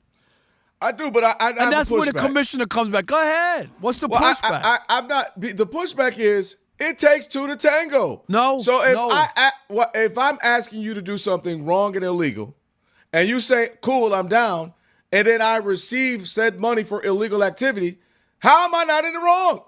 If I got drugs to offer you, you say, cool, I want to buy the drugs. You take the drugs, and you give me money. Are we not both implicit in this? No. Not in this case, because the rules and the way the CBA and everything's set up. Is that the only salary you're supposed to get, Kawhi? I'm making it up. Okay, say it's 4 years, $100 million, but it's not then you get $25 million. It's not the person who asks you. It's the person who actually does it. Kawhi can't do it by himself. Rob Parker. No. Did he not cash the check? If I'm cashing the checks, then I'm in on it. No. The team is the one that has to draw the line, not the player asking for you to do something illegal or Rob against Parker, the rules. I don't even know who you are right now. I'm Because you telling get you. on the soapbox and you start telling people, Alex, how much time did he get? You can't do that. Wrong is wrong. Cheaters are cheaters. Da-da-da-da. Now all of a sudden Kawhi can offer, hey, y'all, real quick, y'all want to cheat? They're like, yeah, let's cheat. He like, cool, let's cheat. And it gets a check, cash a check, but somehow it ain't on him. No, it's on Steve Ballmer. I bet you if you talk to most people, Alex, you could ask for something to be illegal or whatever, right? I'm the one dishing out the money. I'm the one who is breaking. The money's illegal, Rob. No, but I'm saying I asked for you to do something that is against the rules, and you were complicit. You're the one who decided that you were going to do that instead of pushing back the way Toronto did. Toronto said, no, Alex, no, I don't care what you want. You just helped us win a championship. We'd love for you to stay in Toronto. They said, we're not doing that. And that is my point. The Clippers were like, we could get Kawhi Leonard? What we got to do? Fudge the numbers? Cheat? Kelvin, we'll do whatever we got to do. We'll give money that. No. That's all I'm saying is, I'm not saying Kawhi shouldn't be asking for being paid through illegal ways, but he can't do it himself. He needs the ownership group and Steve Ballmer to sign off on getting him money. That's my point. Come on out here and dance with me, Rob. No. Like you were dancing the other day. We got it up on our Instagram page. Get out here and tango with me. And that's what he did. He said, hey, excuse me, ma'am. You looking all pretty over there. Can I have this dance? In this case, the Clippers, and they said, yeah, you can have this dance. And they danced together, Alex. Why is that? Why is he acting like he doesn't get that? I think he's trying to play a different side to it, Rob, right? So you're trying to say it's not his fault for taking money that he deserved, correct? No, I'm not mad. I'm saying that if I look at two parties, the guilty party to me is the Clippers and Steve Ballmer for Why going can't it be along multiple, with it. though? It's not That's multiple. the part I don't. It's not an either or. Because he can't get the money by himself. If the Clippers say we're not doing that, Kawhi doesn't get that money. Alex, if I come to you with a case full of, and I say, hey, I got a bunch of $100 bills in here, baby. You like, okay, whoa. But I say, hey, but here's the thing. Look real, feel real, but it's counterfeit. And you like, all right. But I say, here you go. It's counterfeit. No, the difference is what you're saying is you're offering him something. He didn't come to you with the plan. Alex didn't come to you and ask you for counterfeit bills. Okay? Right. Alex is the Clippers in this. No. I'm coming to them saying, hey, you want to get me? The only way you can get me is a normal salary and once you know they're counterfeit, it's right. I'm not touching it. Okay, and that's where the Clippers are. But if you touch it, Alex. Once the Clippers know what he's asking is against the rules, they're the ones who say, we don't operate. That's not how we run our business. We're above board. Fox Sports Radio ain't paying you under the table. Alex, a.k.a. Clippers, you know it's counterfeit. You accept the money. We do business together. Are we not both going down? Yeah, that's true then. Thank you. All right. Let's have the listeners. Let's take some calls. Yeah, decide on what side they're on. 877-99 on Fox. High morale, soapbox, wrong is wrong, cheaters are cheaters. Now look at you. I mean, they ain't have to pay him. He's just asking. Wait a minute. I think Bob Kendricks is on the other line. I think they're going to take my award away. Hey, yo. Now I see how you got in that daggone Hall of Game. I got it now. No. 877-99 on Fox, 877-996-6369. We want to hear from you. Who's to blame? Who gets most of the blame? To me, is it the Clippers who went along with the scam, or was it Kawhi who asked about this? Doing it illegally and under the table. Who is the one that should get the most blame in this situation? It is the odd couple. where we deliver insight, not noise, and we want to hear from you. We're a radio show, not a podcast. We take your calls. We value your input. Draymond. That's right. We're not some lame, too washed-up former athletes who have nothing else to do. We're trained professionals. Call us. We want to hear from you. 877-99 on Fox. And you know what you need to do. What's that? Stick and stay. Especially if you're Bob Kendrick and got a front row ticket to Mentee night in the US of A. Hey, baseball season is in full swing, and there's no better place than Kalshi, America's #1 prediction market platform. The Yankees are currently trading at 13% to win it all, meaning a $100 trade pays out over $780 if they get the job done in October. That's right. Once all their stars are back and healthy, you know what? They're going to be a very dangerous team. Look out. On Kalshi, you're trading against peers in a live market, meaning there's no house, and as the probability changes, you can buy in and out of your position. That's right. Download the Kalshi app and use the code ODD, ODD, and get up to $500 in bonus credits when you trade $25. That's code ODD to get up to $500 in bonus credits when you trade $25. Kalshi, Kalshi. Trade on anything.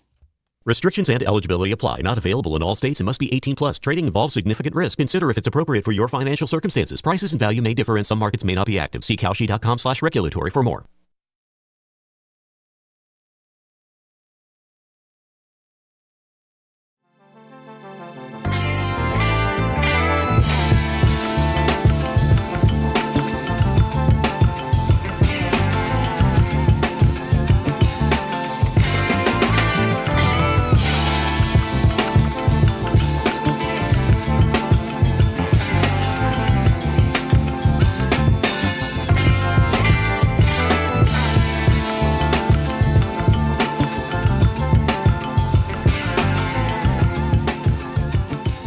All right, Rob G., college football and Deion Sanders and Colorado, I know people feel like the organization or the program has turned around. Deion thinks so, doesn't he? Yeah, he did. And today he met with the local media for the first time this season, because before that it was, remember, Big 12 Media Day. It's not the same thing. Met with the local media for the first time today, and he was asked if he's feeling any pressure entering his fourth season with the Buffaloes. You'll love this answer. Take a listen. I don't feel pressure. You know what pressure is? As a single mama, I'm trying to make ends meet. There ain't no man in the house. And she got to be the mother, the father, the provider, the disciplinarian, and everything. This is football. I'm really good at this. I can play this. I can coach this. I can do this. And you know, if you don't believe, God bless you. I need that. I like that. You put me in my comfort zone there. I'd rather be booed than clapped for, applauded. Because if you start clapping too much, I'm not going to trust you. Come on, baby. Come on, Rob. Don't make that face, Rob. What you mad about, baby? Come on. Don't do it, baby. I've been knowing you for 25 years. You're going to be out here, baby. God still love you. You can treat me like that, but God love you too, Rob. Look, I'm going to go here. I think Deion Sanders has been great for Colorado overall. And I specifically say Colorado. When you use the term great, I have an issue. Well, I'm saying for Colorado. No, great is a big word. But I'll say why. Not a single human being outside of the state of Colorado have been thinking about Colorado for I don't know how long. And for the last 4 years or so, give or take, we have had conversations about them. They actually have won some games. They've actually, for the rest of their existence, one ranked team in 4 years. Come on, man. But this is why I'm saying what Deion has done. Let's even go back to Jackson State. Jackson State was 27-6 under his record. He won back-to-back SWAC titles, which is their title. So I'm not saying he won like it was a national championship, but that's all you can win is the titles of the league that you're in. And he was able to do that. All of a sudden, they're really good. Comes to Colorado, they're 1-11 the year before he gets there. The next year, they win 4 games. The next year, they win 9 games. They have a Heisman Trophy winner. They have his sons will go to the NFL. One is drafted. And all I'm saying is for Colorado, he was building momentum. Now, the man has been going through so many health issues. He had a daggone toilet on the side of the daggone sideline. So I want to see what this year looks like because he's, at least what we're being told, he's healthy and ready to rock and roll. So the only thing I can look at is that he started coaching at Jackson State, 27-6, bunch of success. Started coaching at Colorado, they were 1-11. They win 4. The next year they win 9. So I was. What's his progress. record there? What's his overall record? And this is my issue. Standards are standards. For Colorado, for you to put a qualifier tells me all I need to know. Either you've done a good job or you haven't done a good job to qualify it and bring up for Colorado. No, where are all the celebrities who were on the sidelines the first year or whatever after they won a couple games? Those guys aren't there anymore. They're not doing any of that. That was a one-time, everything kind of worked out. They won their first game that people didn't expect. They played the team that was in the national championship game. TCU. So people were like, oh, wow. And then we realized that year TCU was really bad after going to the national championship game. But my point is there's a standard. And, and I don't think he's been that great at Colorado. He's been fine. He's been middle of the road. But the idea that he's like done some turnaround and miracle job and he's one of the greatest college coaches or he's done this great, use the term great. I just think that term is overused. He's done a good job. Okay, I'll say good. But he did a great job. He's under 500. 16-21. Yeah. If he didn't play, if he wasn't a Hall of Famer, a Pro Football Hall of Famer, I don't know. We would just think he's an also-ran coach who probably had one more year before they get rid of him. And I don't disagree with any of that. That's why I said he's been great. I'll roll with you on good, but I'm saying for Colorado because the expectations at Ohio State are not the same at Colorado. The expectations at LSU are not the same at Colorado. Yeah, but coaches get fired all the time from lesser programs, even when they're not expected to win. Why would I fire? I'm just saying, don't people know? But with lower expectations, don't coaches get fired? Yes, but I'm back now to the guy Deion Sanders. Why would I fire a guy that has eyes, that has gotten recruits that we would have never gotten, that has gotten us a Heisman Trophy winner? He got his son and another guy. That's all he got. It doesn't Who do you matter. got this year? Anybody?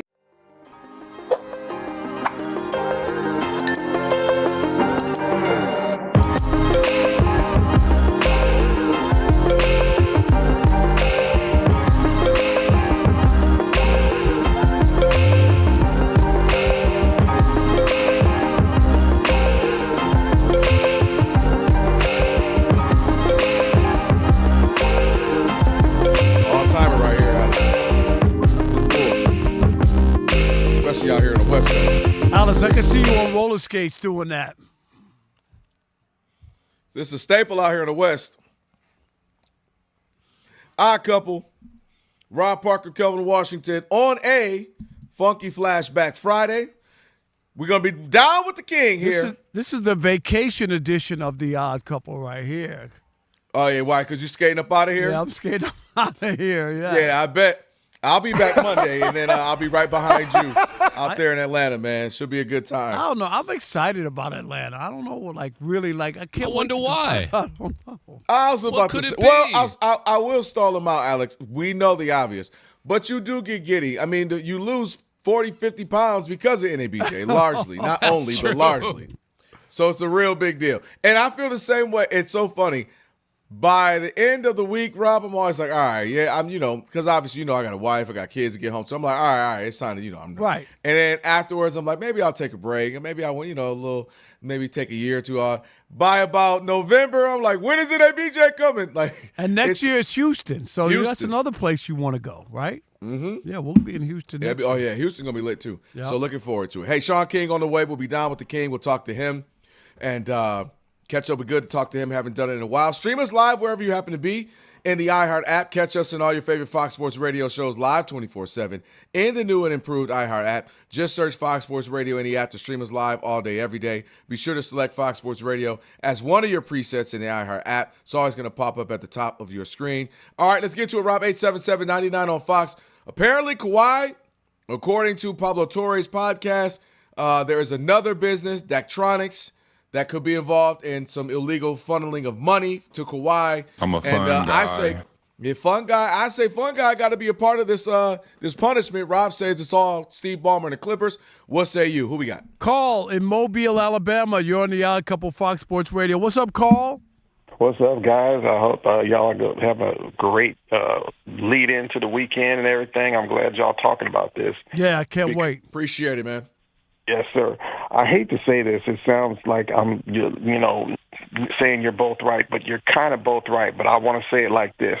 Rob, as far as you're concerned, it is the team that's going to accept most of the responsibility because I think the way the collective bargaining agreement works, the player's representative has to try to get the most money for the player. The player is, by signing with that agent, he gives him all the responsibility. So it's between the agent and the team.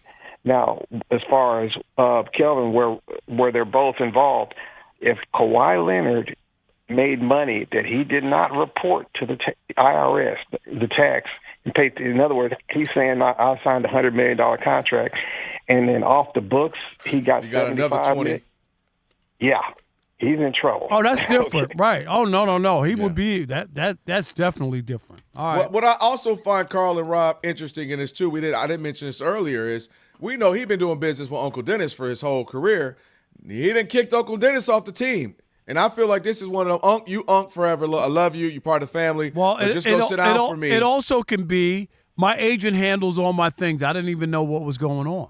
Well, I mean, that's how you play it for sure. Of course. I mean, I'm just saying that's the conversation. Rob, you know this. When you have agents, you sign on to things, you still assume responsibility to an extent. I'm saying, but that's what you would try to. I think Uncle Dennis is going to be the fall guy, but like a wink fall guy. Like, don't worry about it. You'll be all right, Uncle. Alex in Detroit. You're on the Odd Couple Fox Sports Radio. What's up, Alex? What's going on? How are you? What up, though? I'm good, man. Look. Let me say this before I make my point. Kelvin, I feel like you represent Michigan. I know you're not exactly from Detroit, but I feel like you represent us well. I'll be listening to you, man. You all that. Oh, Rob, man, come on, man. I appreciate Rob that, is funny. Sometimes he be on something different, but he is funny. I spent 20 years in Detroit. What are you saying? My barbershop's on 7 Mile Road. I know it's on 7 Mile Road. I don't get my hair cut there. I'm bald. Okay. But all good. So here's the thing. If let's say, for example, I think both of them hold responsibility, both parties. Right. Let's say, for example, I'm married, and I go to a woman I like, and I'm like, look, can we step out together? And she say, yeah. My wife finds out. I can't be like, hey, that was her fault. I just asked. No. You're not both wrong. Yes, You're wrong because you having a commitment to your wife. The other woman has no commitment. She has no commitment to anything. Your commitment is with your wife. Yeah. The smoke is coming to you. The smoke is coming to you because you made a commitment. I hear you. If I didn't tell her that I wasn't It doesn't married, matter. It doesn't matter. It doesn't matter. No, it doesn't. No, it doesn't. That's just your opinion. It does matter. How does it matter? If she knows, let me tell you. If I let her know that I'm still connected to somebody else, I'm married. It don't matter the situation. No, yes, it does. Your commitment. You went to. And she still messed with me. No, we both wrong. No, you're wrong. Well, I think what he said. Look, you're right morally, like the lady's wrong, but between like the with the wife, and if it comes down to divorce court and all that, it's gonna be the man in this. The woman. She said she could be like, she's wrong morally, but not like no. He went to legally. church and stood up and married somebody, and then to act like, oh well, but she went along with it. No, you're the one married. All right, let's go to Jermaine in California. You're on the Odd Couple Fox Sports Radio. What's up, Jermaine? What's going on? God is good all the time. All the time. Hey, man. All right, so look, I'm going to give the best analogy. All right, Kawhi wrong. I'm going to tell you what's going on. All right, look, when your grannies tell you don't touch that cookie jar and you still touch it, guess what? You was wrong. You guilty. You feel me? So Kawhi wrong because they offered him money and he took it. You know what I mean? So he wrong. I'm just saying that's the best analogy. The Clippers are wrong. They went along with the scheme. No, they're both wrong is the point, y'all. They're both wrong. All right, let's squeeze in one more. Let's go to Dion in Texas. You're on the Odd Couple Fox Sports Radio. What's up, Dion? How are you? Hey, good, guys. Enjoyed the show all weekend. Thank you. I'll just say, in my opinion, I do look at Kawhi Leonard a whole lot differently than I did a year or two ago. I think that both are guilty, and Kawhi is going to. If it happened just one time, we could say it's a one-off. But we got multiple accounts of this happening in different kinds of companies. Allegedly. Yeah, correct. Allegedly. So I'm going to have to go ahead and say it's a 50-50. Kawhi, I think they should banish him from the league for a year. I really do. I swear. And Steve Ballmer, what happens to him? Tell me what they're going to do to Steve Ballmer, the richest owner in the NBA. They got to figure it out. And I'm asking you. No, I want you to be the commissioner. You tell me, what are they going to do? I want you to be Dion. What are you going to do? Steve Ballmer went along with this. What are you going to do to Steve Ballmer?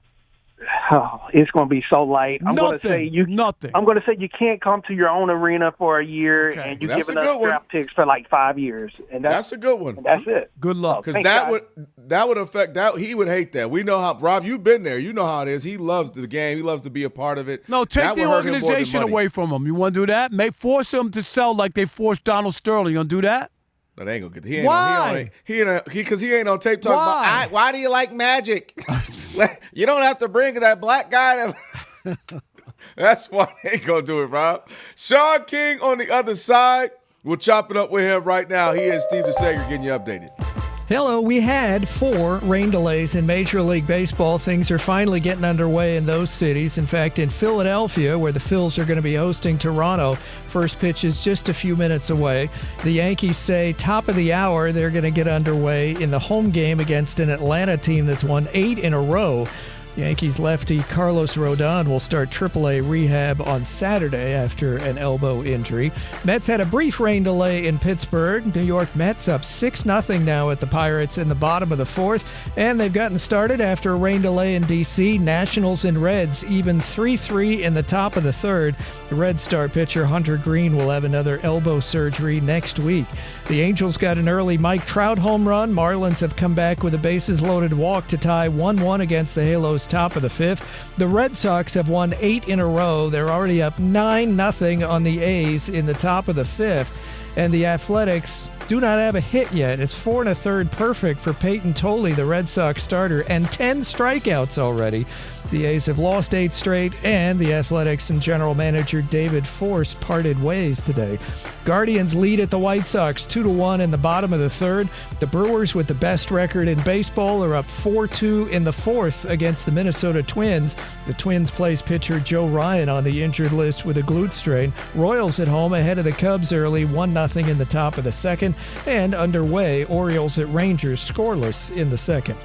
By the way, the Dodgers' new pitcher Tarek Skubal will start at home Monday, and Blake Snell is due to go Tuesday, coming back from minor league rehab for L.A. The Kansas City Chiefs say quarterback Patrick Mahomes will likely miss their preseason opener next week, coming off knee surgery last year. The Saints signed backup linebacker Deion Jones, a New Orleans native and from LSU. Jordan Spieth barely made the cut in Greensboro at 3 under par. Coco Gauff has won her 3rd-round tennis match in Toronto. Back to you. All right, way to go, Coco. Thank you, Steve. Appreciate it. It's the Odd Couple, Rob Parker, Kelvin Washington, on a funky Flashback Friday. We are now, for the first time in a long time, joined by our man, Sean King. We are down with the King, former NFL quarterback, Fox Sports Radio NFL analyst, and real Sean King on X. And Sean, I see you out here, man. You said bump that I'm about to get back in shape, summer ready out here in these streets. I see you out here working out, bro. Hey, live from Las Vegas, Nevada.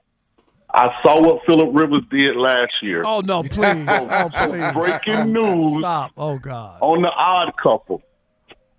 If Baker Mayfield decides to hold out, I'll be a viable option for Tampa. Unbelievable. Go back to the old squad and get busy, huh?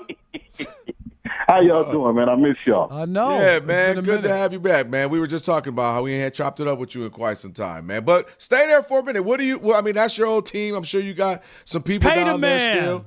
What do you do? Is it give him his bread, or let him go and start young? What they doing? Here's the problem. Everything you do when you're leading up to a new contract matters. People seem to forget that, if I'm not mistaken, the Bucs lost our last 7 games and missed the playoffs with losses to the Saints, the Falcons, the Dolphins. A lot of that was because Baker was turning the football over. So there's a part of me that feels for Baker. Like, overall, he's done enough to probably get a big deal, but the recency says, hold on. You know, like, people forget that. Remember, I think, if I'm not mistaken, we lost our last 7 games. And that's why Sean, he was throwing to me and Rob, though. I know. Sean, he was Who throwing was he to me and throwing Rob. to? My God, I'm just saying. Everybody was hurt. Well, listen, guys, I mean, it's a no-fault league, right? I mean, I get it. I get it. Like that. It takes a bad. The only thing I'm saying, and listen, I'm a player advocate. I want all those guys to get paid. But when you lose your last 7 games and you're turning the football over, you kind of give away a lot of leverage, especially when you look at what the market is for extensions for top-level quarterbacks. I just think there's so few good quarterbacks, and you know, in this league, half of the league would give up their quarterback in a minute if they thought they could get a quarterback to improve their quarterback play. There's so many bad quarterbacks, Sean. I just if you don't want Baker, that's fine. But if you really think that he's your guy, and you look at what happened last year, and say a lot of that, I thought they did him dirty in Cleveland when they won that playoff game. The next year he played injured. You remember that, Sean? And they held it against him. He went out there and played. He was not healthy. They didn't do well, and then they jetted him out of Cleveland, and they've been looking for a quarterback ever since. Let me play devil's advocate here and put a conspiracy theory out there in the sports universe. Okay. What if the organization is saying, Todd Bowles and Baker Mayfield, this is put up or shut up? And if we don't like what we see, we're going to go after Mike Tomlin and let Mike Tomlin pick his own quarterback. Okay. All right, speaking of quarterbacks, I want to go to Cleveland. Cleveland! If they want to get Cleveland! If they want to get Arch Manning, does that mean that Shedeur Sanders will play every game and be the starter? I'm just saying. From everything I've heard, and I see you throwing shade, but that's okay. From everything I've heard, Shedeur is winning the battle so far. I think the final evaluation will be live football. But I do want to pick a little bit at a point that you made. Arch Manning, I love him. I think he's going to have a tremendous year. But Dante Moore, Chris Carr, like, there are a lot of quarterbacks. Yeah. Sam Levitt at LSU. Yeah, but the owner loves him, though. You know that there's a relationship. I know, and Arch Manning has name recognition, and if it's close, he'll probably get the nod. But to me, there's a group of about 5 or 6 guys who are playing to be the number 1 pick.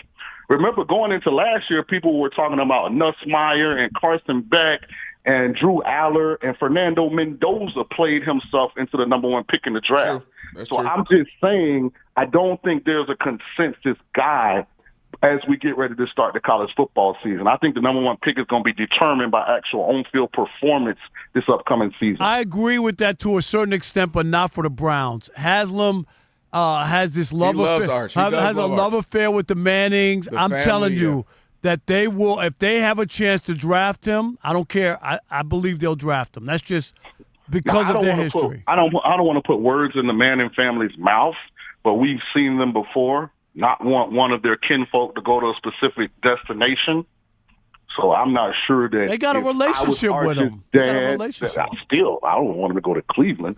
I mean, everybody said don't go to Joe Burrow, not to go to Cincinnati. I could go give you the tapes and all the conversation that he shouldn't go there. He took that team to the Super Bowl. That's what everybody told him. Don't go to Cincinnati. Carson Palmer is more recent than Bernie Kosar. No, I get it, but I'm just saying that was the conversation. Don't go to Cincinnati. That was it. Yeah, and we'll see. The thing in sports, everything evolves, everything changes. Nobody was talking about Sam Darnold or the Seattle Seahawks at this time last year. And listen, they are the reigning, defending NFL Super Bowl champions. So we'll see. Fluke. Stay there. Hey, stay there for a minute. Sean King on with the Odd Couple on a Funky Flashback Friday. Everybody's talking about the Rams. Aaron Donald might come back. Matthew Stafford reigning MVP. Blah, blah, blah, blah, blah. Everybody's talking about bad teams. Oh, what are they going to do? The reigning champ, as you mentioned, is kind of sitting there, and no one's really talking about them. What do you maybe like, or what are some things that you thought they maybe should have done better in the offseason? But where are they moving into this season? Can they repeat? Not at all. And not at all. I mean, they got new ownership. They don't have Kenneth Walker. Charbonnet is hurt. I know they drafted the Jadarian kid from Notre Dame, and I'm not still convinced that Sam Darnold is what people all of a sudden have anointed him as. I think he's a good quarterback. He was bad in the Super Bowl. He was bad, Sean. He wasn't bad in the Super Bowl. But I'm not buying Sam Darnold stock. And I think the Rams are too rich, y'all, to win a Super Bowl. If you look at most recent Super Bowl teams, at least half of their core players are generally playing for big contracts. Everybody on the Rams already got paid. They're except fat Puka. and lazy, yes. Yeah, everybody already got paid except Puka. I just think on paper they look good. I got to see them do it as well. I'm not a full believer in the Rams either. Well, who the heck you believe in then? Well, that's the beauty of the NFL. And it's the only professional sports league where every year every team has a legitimate chance. No, they don't. The Jets have no shot. The Giants have no shot. The Jets haven't had a shot since 1969, 73.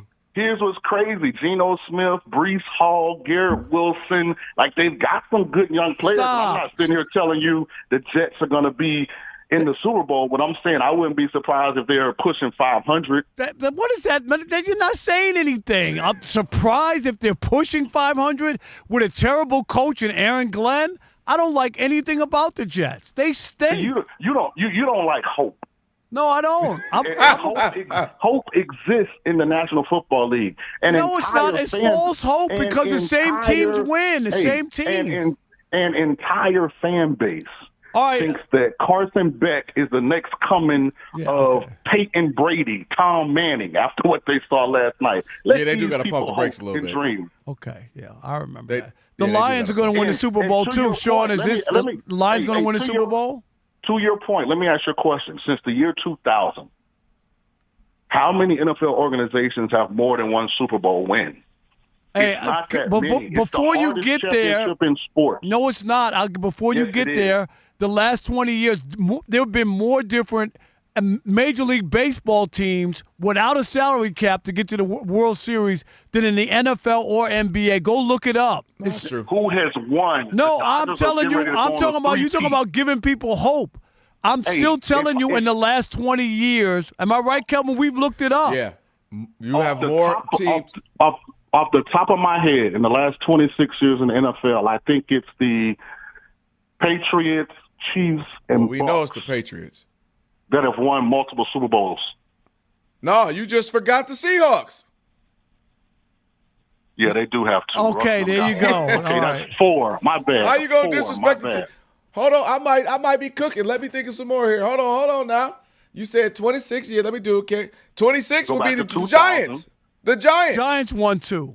Okay, that's 5. Okay. Come on, I'm on fire. This off the dome. Hold on. Since Eli Manning. Yeah, but hold on. Hey, I got another one for Rob. Go ahead. Well, you already said. Okay, you already said the Bucs. He said the Bucs. He said the Bucs. I was about to get you with another one. Of course, I know the home team. Come on. Hold on. Wait, the Broncos didn't sign to the 6. Bye two. Did they win? The Broncos went twice, only won once though. Yeah. Okay. Yeah, it's a hard championship to win. I'm just saying we've looked it up in the National Football League because everybody operates under the same budget. Yeah. Hold on. Did you say the Steelers? The Steelers, right? No, they lost to Green Bay and beat Arizona, if I'm not mistaken. No, and they beat the Seahawks. They beat Detroit. Yeah, they beat the Seahawks in Detroit. There's another one. There's another one. Come on, Sean. I'm on fire. This off the dome, Sean. This off the dome. Listen, my point is proven. It's a hard championship to win. Sean, it's great to have you back, even if your numbers are cloudy and foggy. Hey, listen. You know, buy stock in the Atlanta Braves. Atlanta Braves will be the 2026 Major League Baseball World Series champion. I'd love to hear. Boy, it's going to be like the 96. They're going to be good, but they ain't winning nothing. There we go. All right, fellas. Hopefully see y'all next Friday. All right. No doubt, Sean. Appreciate you, brother. Thank you. Sean King, always great to chop it up with him. We haven't done it in quite some time, so appreciate him as always. All right, Rob. Man, it's sad news. Obviously, someone passed in the NBA a little bit ago, but now they kind of have what happened to him. We'll tell you who, and really just the fall of an organization that has so much hope. Speaking of hope, as Sean did, we'll tell you what we're talking about next. It's The Odd Couple on a Funky Flashback Friday. Stick with your boys, Fox Sports Radio.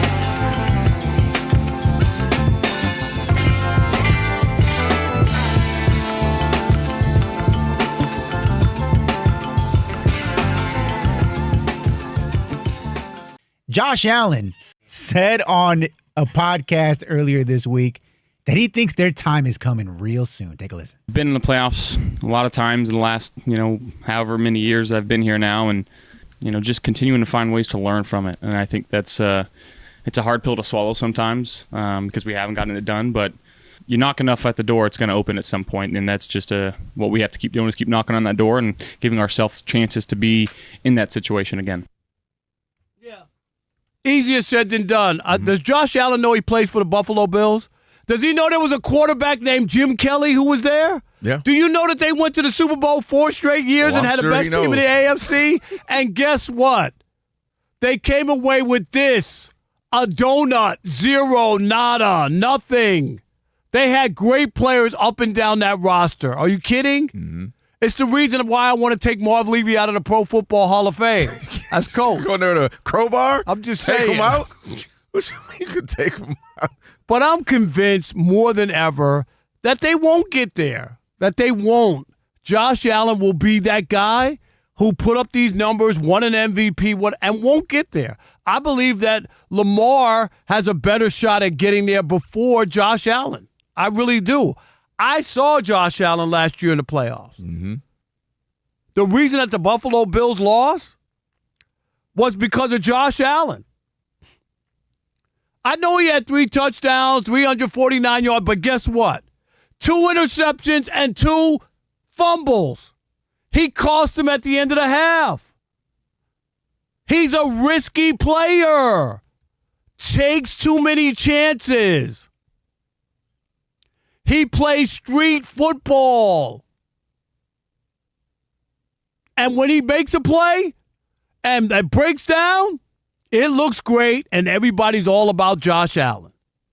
But then there are those moments when he doesn't make those plays, and he does what he did against Denver, and it costs his team.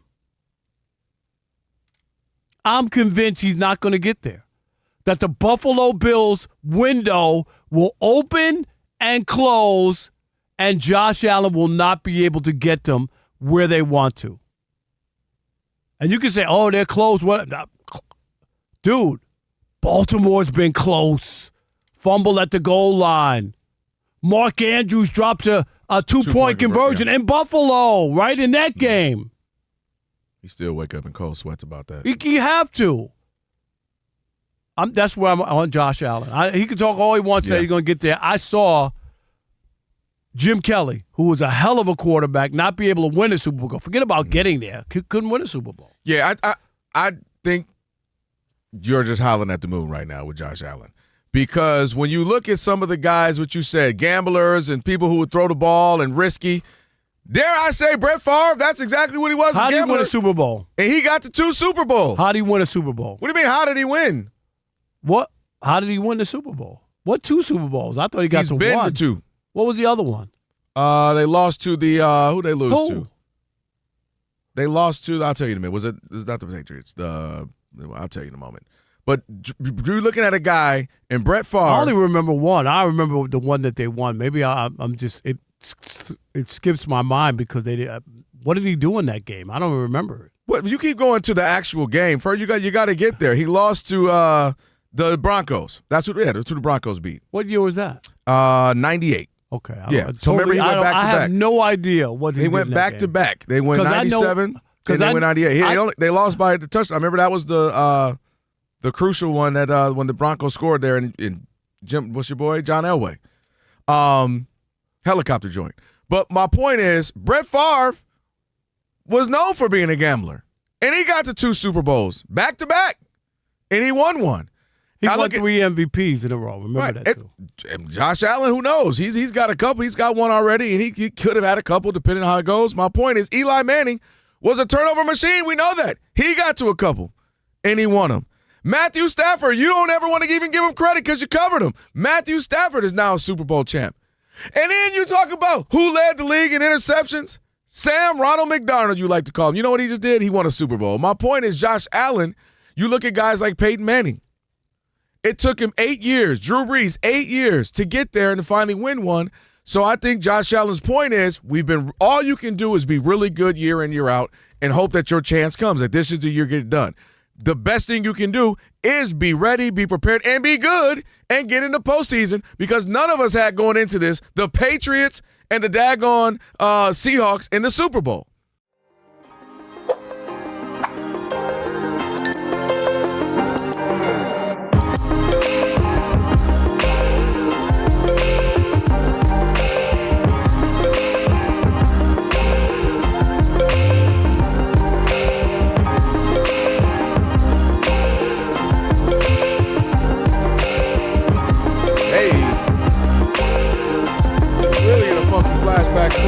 DJ Ali Alex on this here Funky Flashback Friday. Big shout out to Sean King. Always good to chop it up with him, man, as we get closer and closer to, of course, the real football season, I should say. Season starting here soon in just a little bit. By the way, it is on this Friday. Got to tell you that if you work in logistics, you know nothing moves without you. So companies need skilled people now, and Express Employment Professionals can help you find contract or full-time work that fits at no cost to you. So make sure you visit expresspros.com, get support, get options, and get to work. Next hour, we got John Cirillo going to join us, author and PR legend with the Knicks. Got a new book coming out. Looking forward to that. We'll have Last Call as well. And Rob is not a believer in a particular MLB team, so we'll tell you about that as well. And of course, they would be up 9-1 tonight. So yeah, just perfect. No. That's all right. That's all right. You know, you stand firm in what you're saying there. I don't waffle. Yeah, I know that, man. But sad news in the NBA. We know Brandon Clark, who was a really good player for the Memphis Grizzlies, passed on May 11th. Out here, actually, in the Valley here in Southern California at the age of 29. And it was, now they're saying it was an accidental death that had heroin and cocaine, a mixture of just, recreational drugs.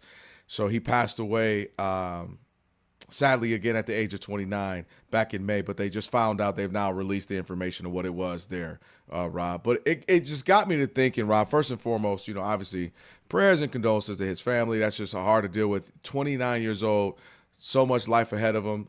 Good player, really good role player in the NBA. Probably had another 5-6 year career ahead of him, and gone so early. But it just made me think of, man, how, for multiple different reasons, right? You have a tragic death like his. You have the trading of Desmond Baines to Orlando. You have all the stuff that happened with Ja Wick turned to Ja Morant, and Triple J now up there in Utah. Like, Dylan Brooks now just getting a big contract with the Suns. About 3 years ago, Rob, that Memphis Grizzly team, we were all like, man, they are, Dagner like the Spurs, if you will. Now of just like, man, here they come, and watch out for them. And, they were like the Thunder of a couple of years ago, when you're like, hey, they're on their way, man. They had the number 2 seed in the West. And, you're just looking at them like this team with Ja Morant, Triple J, Dylan Brooks, Desmond Baines, so on and so forth. You're like, man, this is the team of the future in the West. And it's just amazing how fast things can change. And as much as I don't want to talk about it because it pains me, but you always bring up the window being closed with the Lions. There's been other teams in the NBA where it's closed. Like, you got to make stuff happen when that window's there, because in the blink of an eye, organizations can change, Rob. No doubt about it. We talk about seizing the moment and looking at those circumstances, and people think, oh, yeah, well, and we bring up the Lions because of where they were. They were blowing out the 49ers in the NFC Championship game on the road, and you go, 17 at halftime. Yeah, you go, oh, yeah, well, if we don't get it this year, we'll get it next year. Really? Like, it doesn't work like that. And then you can look up, like the Lions, the last time they were in the NFC Championship game against I believe it was the 49ers as well. They didn't get it done, and then that's when that long drought started again. Right, was right after that. So I think it was the Redskins back when they were Redskins. When they lost, okay, it was the Redskins. But it's been, okay. But you get my point. I do, man. Rest in peace to him. All right, we got to talk some more football on the other side. We are Blackboard.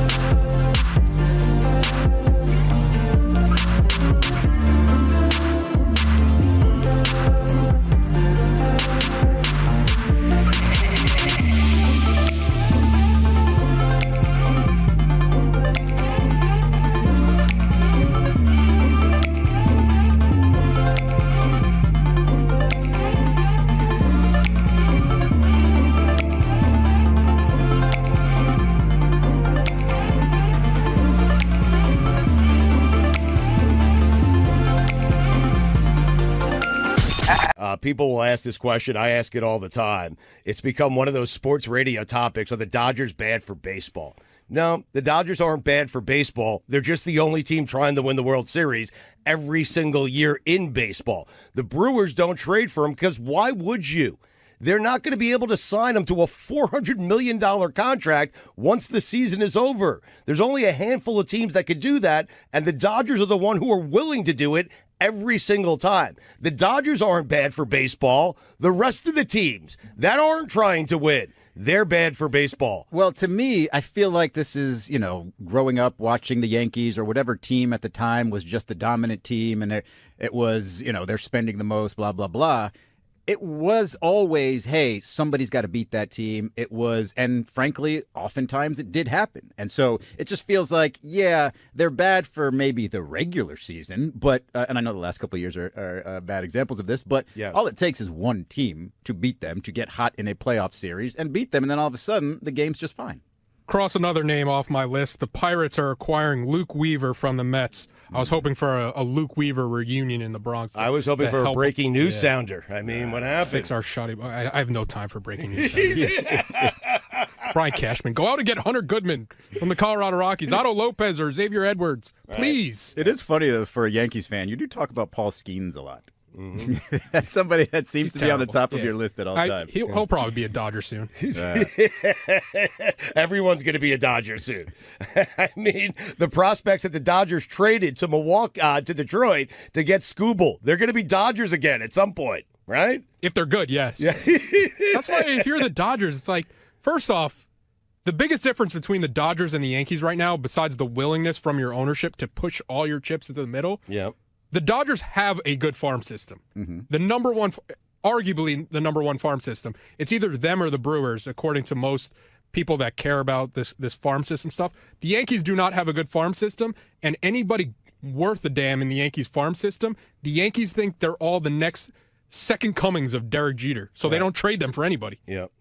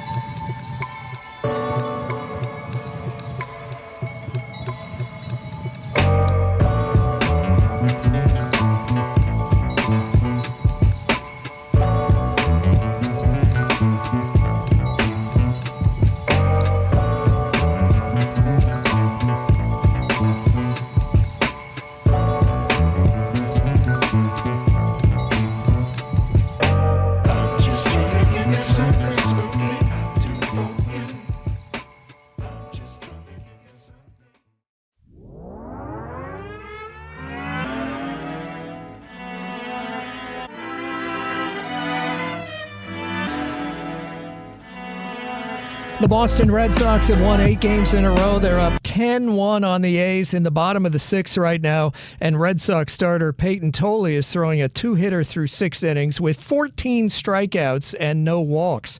Rain delay at the start at Yankee Stadium. Yanks due to host the Braves very shortly. We had 3 other rain delays with games that are going now. Mets in the top of the 6th lead 6-0 at the Pirates. It's only bottom of the 2nd in Philadelphia. Blue Jays ahead of the Phils 1-0. And in D.C., Nationals over the Reds 5-3 in the bottom of the 4th. Reds pitcher Hunter Green will have another elbow surgery next week.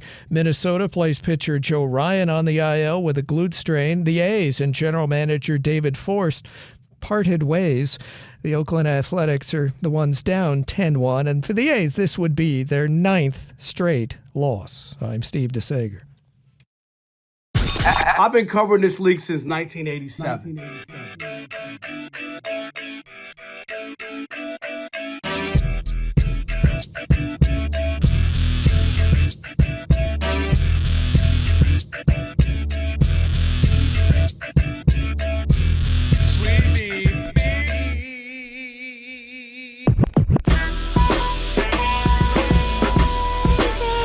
Can this sports writer and this sports fan share a radio show without driving each other crazy? Now, live from the Fox Sports Radio studios, here's Fox Sports Radio's Odd Couple, Rob Parker and Kelvin Washington.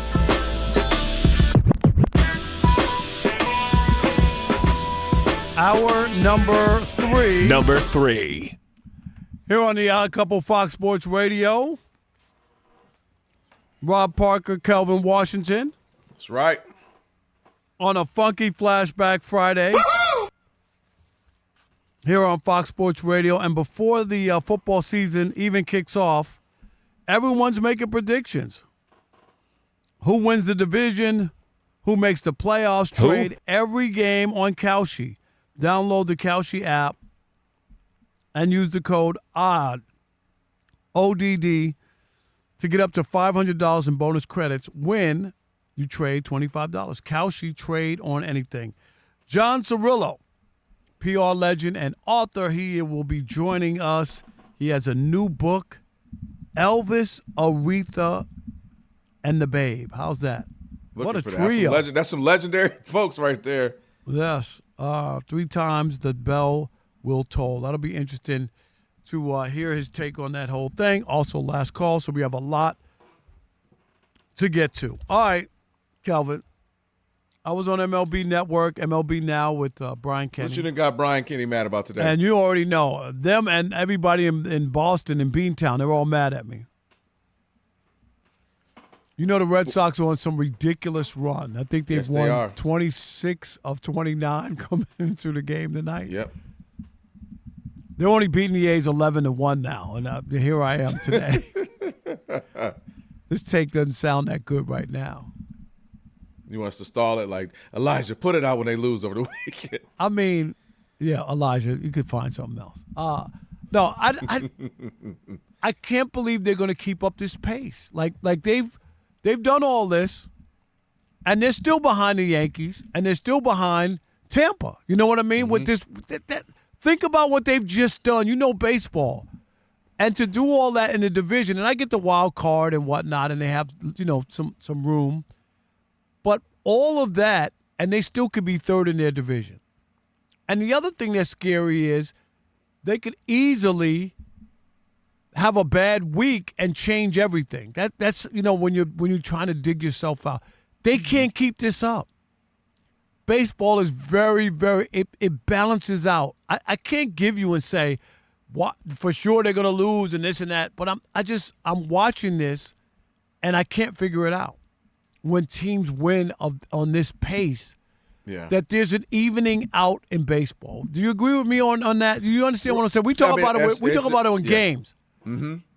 Dodgers score 11 runs. We're like, oh, you better save some of those for the next game or whatever. Right. And they get shut out or they score 1 run. It's very weird. Here's the thing. I hear you, but at some point, it is just simply what it is. And it becomes, all right, well, this team has turned it around and this team has become good. And what makes this interesting is how they're doing it, Rob. They ain't doing it because all of a sudden the bats are on fire. I mean, you look at it, they're at the 4th worst runs per game. They're only averaging 4.1. None of it adds up. I'm sorry, let me phrase that. It's the 5th worst that they've had since 1973. So the offense isn't doing it. They're last right now in the American League in home runs. So it's playing at Fenway Park. 100%. So what's going on is the pitching right now has really stepped up for them. And so that's keeping them in games that maybe they had no chance or they shouldn't be in. And all of a sudden they're able to do that. So you talked about it. They won 15 straight games in mid to late July. That was a franchise record. And what they're on right now is a great streak where they're all of a sudden able to be. They're 63-51. You mentioned it. They're 3 games behind the Yankees. A game behind the Yankees, I should say, for the wild card spot. Few games behind the Tampa Bay Rays, and they got something going. And it reminds me of me sitting next to you back our first year that fall watching the Tigers, where it just kept not making sense. We kept going, well, no, they got okay. Well, man, well, yeah. That's when Cleveland won the division, right? You're talking about when the Tigers kept losing, and they lost like 15 out of 17. No, that was last. That was last year. You mean 2 years ago then? 2 years ago when they got on fire and got into the postseason, and everybody was like, "Oh, wait, last year was the other way, right?" Yeah, exactly. And it was 2 years ago. Like, oh man, the Tigers are supposed to be this good. They're not supposed to get this run, and they were able to get it done, get in the postseason, and really brought some life to the city, as you know. So I feel like the Red Sox are just on this run right now where they're believing. They got a change of mojo. The pitching is keeping them in games, and you know how important that is because you can steal games that you're not supposed to win.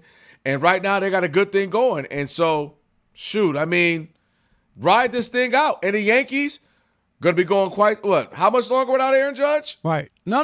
And the whole idea is them being able to, which is incredible when you think about it, that they were able to hold the tide considering that you don't have, not only him, you don't have Stanton.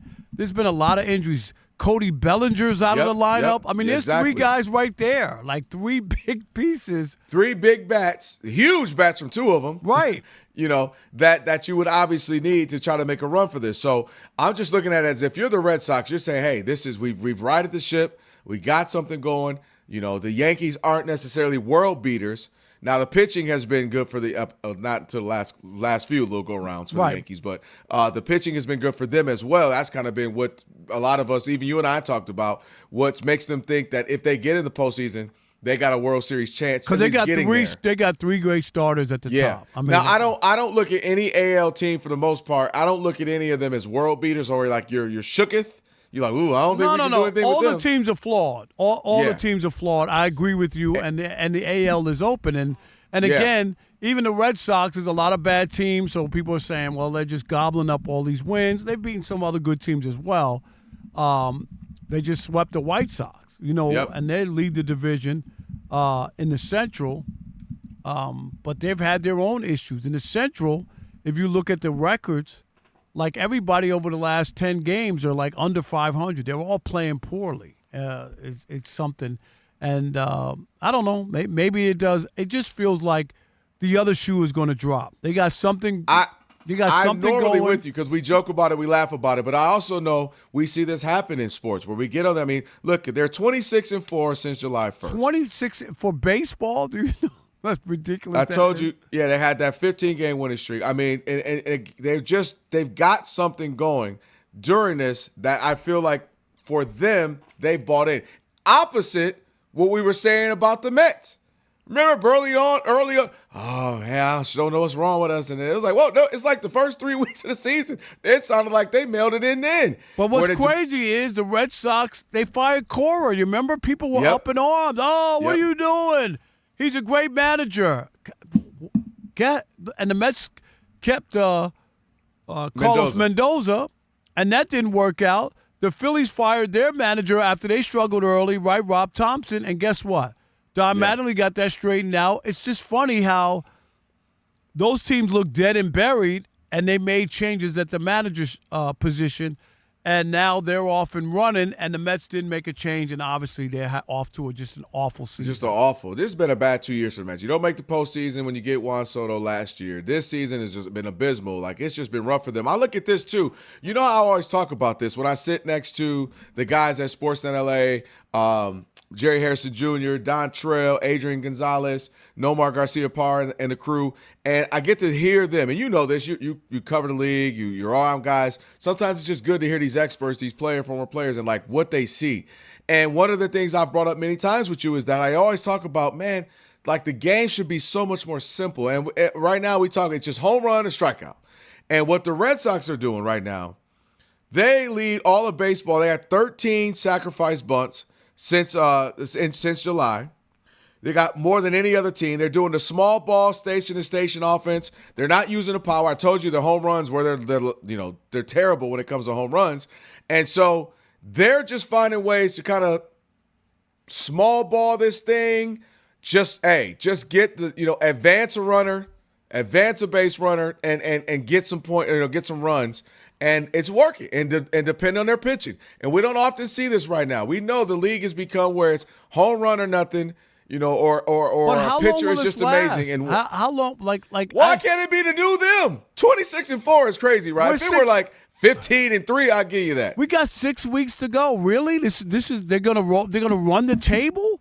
They're not gonna have a bad stretch during this with the low run total and not hitting home runs and all that. But I think the bad stretch is earlier. You know how this goes. The Dodgers are the bad stretch. They don't have another one? They don't have another bad stretch coming, the Red Sox? I think there's relativity. If they have a bad week, if they lose, go 1-6, that can alter where they are. I agree. When you're fighting an uphill battle, yes, you have no margin of error. Because once you lose a few games, that's what I'm saying. Like, you put in all of his energy to try to catch the Yankees and the Rays, and then you have a bad stretch, and then all of a sudden, I want to look at the Yankees schedule just to kind of see. So the Yankees they're playing got the Braves right now. The Braves is tough, obviously, so that's going to be a tough series there. You're going up against one of the best teams in the league, and then you go to the Mariners. You got the Blue Jays after that.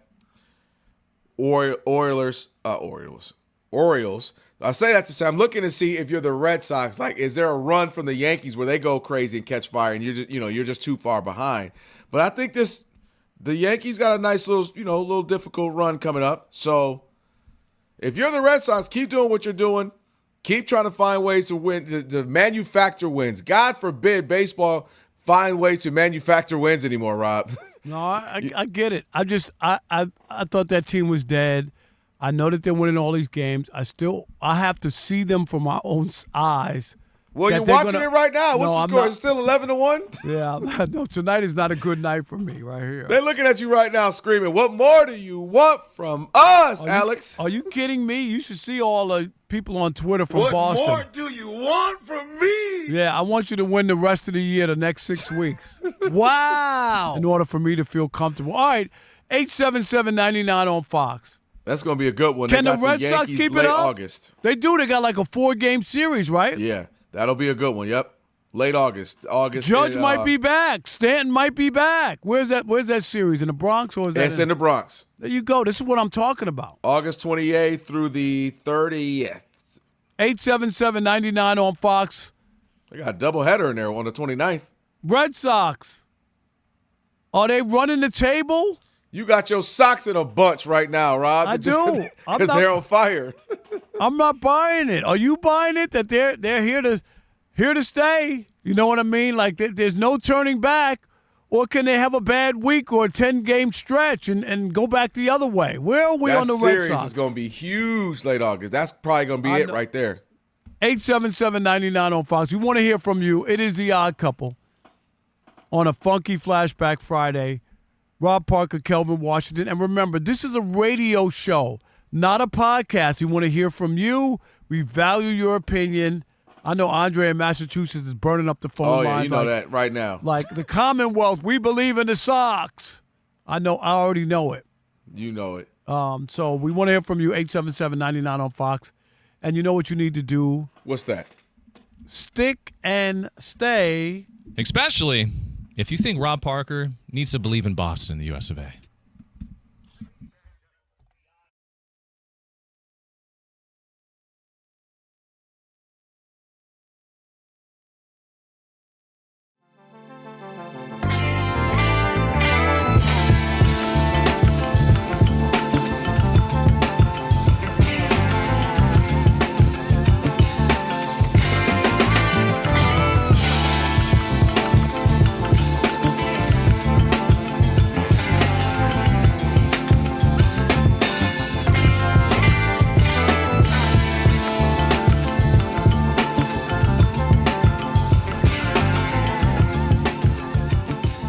Mike Sando, the Athletic, friend of the show, does a great job, canvasses the league, 50 executives, coaches, of all walks of the NFL, weighing in on the NFL quarterback situation. And surprise, surprise, when it came time to the Tier 1 and QB1 overall, it was none other than Patrick Mahomes sits alone at the top spot. However, it should be noted, guys, for the first time since 2022, we actually had one voter, an anonymous GM, who had the cojones to actually place Mahomes in Tier 2. The first time in 4 seasons, somebody said it with their chest. Mahomes hasn't really been great for the last couple of years. I'm not just going to give him QB1 a reputation, but again, it's only 1 out of 50. 49 others feel differently. Yeah, this is why this list doesn't mean anything to me. If you can tell me you've watched Patrick Mahomes over the last few years and he's the same quarterback as when he broke into the league, I don't think you're being honest. I don't think you've really watched him because he's not the same quarterback. This is a reputation pick. And I'm not saying that Josh Allen should be number 1 or whatever, but Patrick Mahomes is definitely on the other side, going the other way. And we talked about it. We've talked about it on the show. I got into it with Trey Wingo, who acted as if he was still the same guy from when he broke into the league and started on an incredible run, which is fine. Nobody's trying to take anything away from him. But can we deal in the here and now and stop off of reputation? He's not the best quarterback in the NFL. He's just not. And you can make all the excuses you want to make. They make them for Patrick. Oh, you know, a running game. Oh, you know, this. He didn't have receivers. Oh, they had too many drops. Dude, if you want to play that game, we could play that game with every quarterback. Drops, no running game, bad offensive line. We could do that. Come on, dude, stop. You can't keep doing that. And I think you lose credibility, seriously, and this list. I take this list with a grain of salt, except for when it comes to Shedeur Sanders. That's the only thing they got right. Wait, so now you take it with a spoonful of sugar when it's there? No, because I think they're more accurate on the Shedeur, not the fans who just like him and his name and his flair and all that. He's, but if you really look at the numbers, like it was the worst starting quarterback in the history of the NFL who started. Do you think he was the worst starting quarterback in the history of the NFL, though? Yeah, because numbers can have by stats. Right, but I'm saying I do. I thought he was terrible. No, I don't agree with that. I thought he was terrible. He wasn't great. He had to be the first to and tell if you his that. name was Joe Smith, he wouldn't be on the team. But I'm dead serious. Yeah, we'll talk more about that because I actually want to go with your Joe Smith scenario. Listen, Patrick Mahomes, you know what I think, Rob? I think he could use a little bit of being knocked down a little bit. The ESPN one had him at second for the first time in I think it's like the last 5-6 years. In this one, he's tier 1 and QB1. Had he been tier 1 QB4, I wouldn't have been mad at that because every now and again you need to be reminded of where you are, and how you've been performing. And he hasn't been great. He's been good at best when he used to be great at minimum, amazing at best. I mean, Rob, you look at when Patrick Mahomes was Patrick Mahomes, and the reason why every kid like 14 and under had a haircut like him is because he was giving you 5,000 yards with 50 touchdowns and 12 interceptions. The next year, 26 and 5, only 5 interceptions, QBR of 105. Then you go to 38 and 6 interceptions, 4,700 yards, 4,800 yards in 2021, 37 touchdowns, 13. 2022, 5,200 yards, 41 touchdowns, and 12 interceptions. So my point is, dude, there's been some bail. I've tossed him bail. You know that. All right, well, let's just see. Receivers were heard. This wasn't operating. When they came back, you thought that it was going to be, and you remember what happened? It didn't happen. Yeah, in 2024, the numbers don't look horrible, 26 and 11, but you're Patrick Mahomes. You know what I'm saying? If that was someone else, you'd be like, all right, it's cool. Even a Sam Darnold, you'd be like, all right, not the Patrick Mahomes, you're going up against your own standard. And I think there have been guys who have played the quarterback position for the last few years that if they were jumped up to QB1, quarterback 1, tier 1, quarterback 1, Josh Allen, we'll talk about Lamar Jackson, Joe Burrow when healthy, there's a handful of guys. So I think it might have been some added motivation for him to say, dude, you've been the Don Dada. You've been the guy for a handful of years, 5-6 years. But right now, you haven't played like it. You're still good.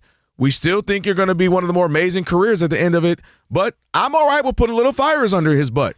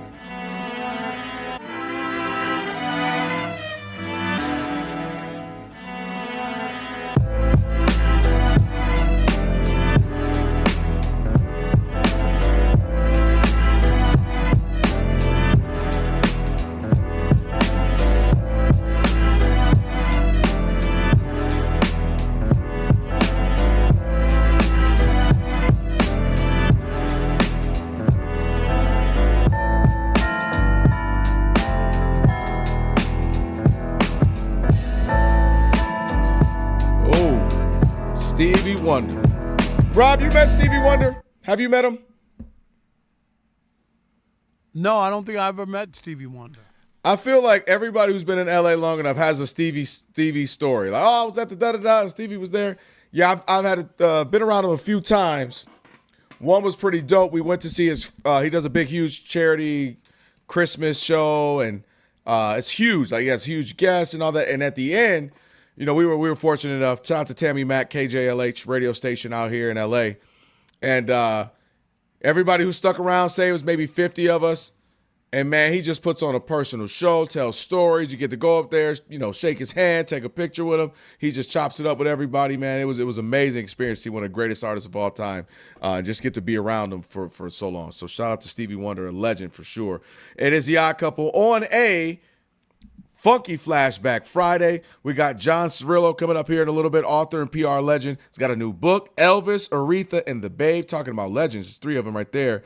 They all passed on the same day, not the same year, but the same day. We'll talk about that and more with him in a little bit. Be sure to check out the YouTube channel. Subscribe. Just search Odd Couple FSR. Like it, share it, subscribe, all that good stuff. We appreciate you. Share it with your friends. Just search the Odd Couple FSR. Speaking of which, Mike, who is in for Rob G producing. Any Odd Mob YouTubian comments? Yeah, we got a few. At ZachFL1893 has this to say, Rob always hating on New England and Boston teams.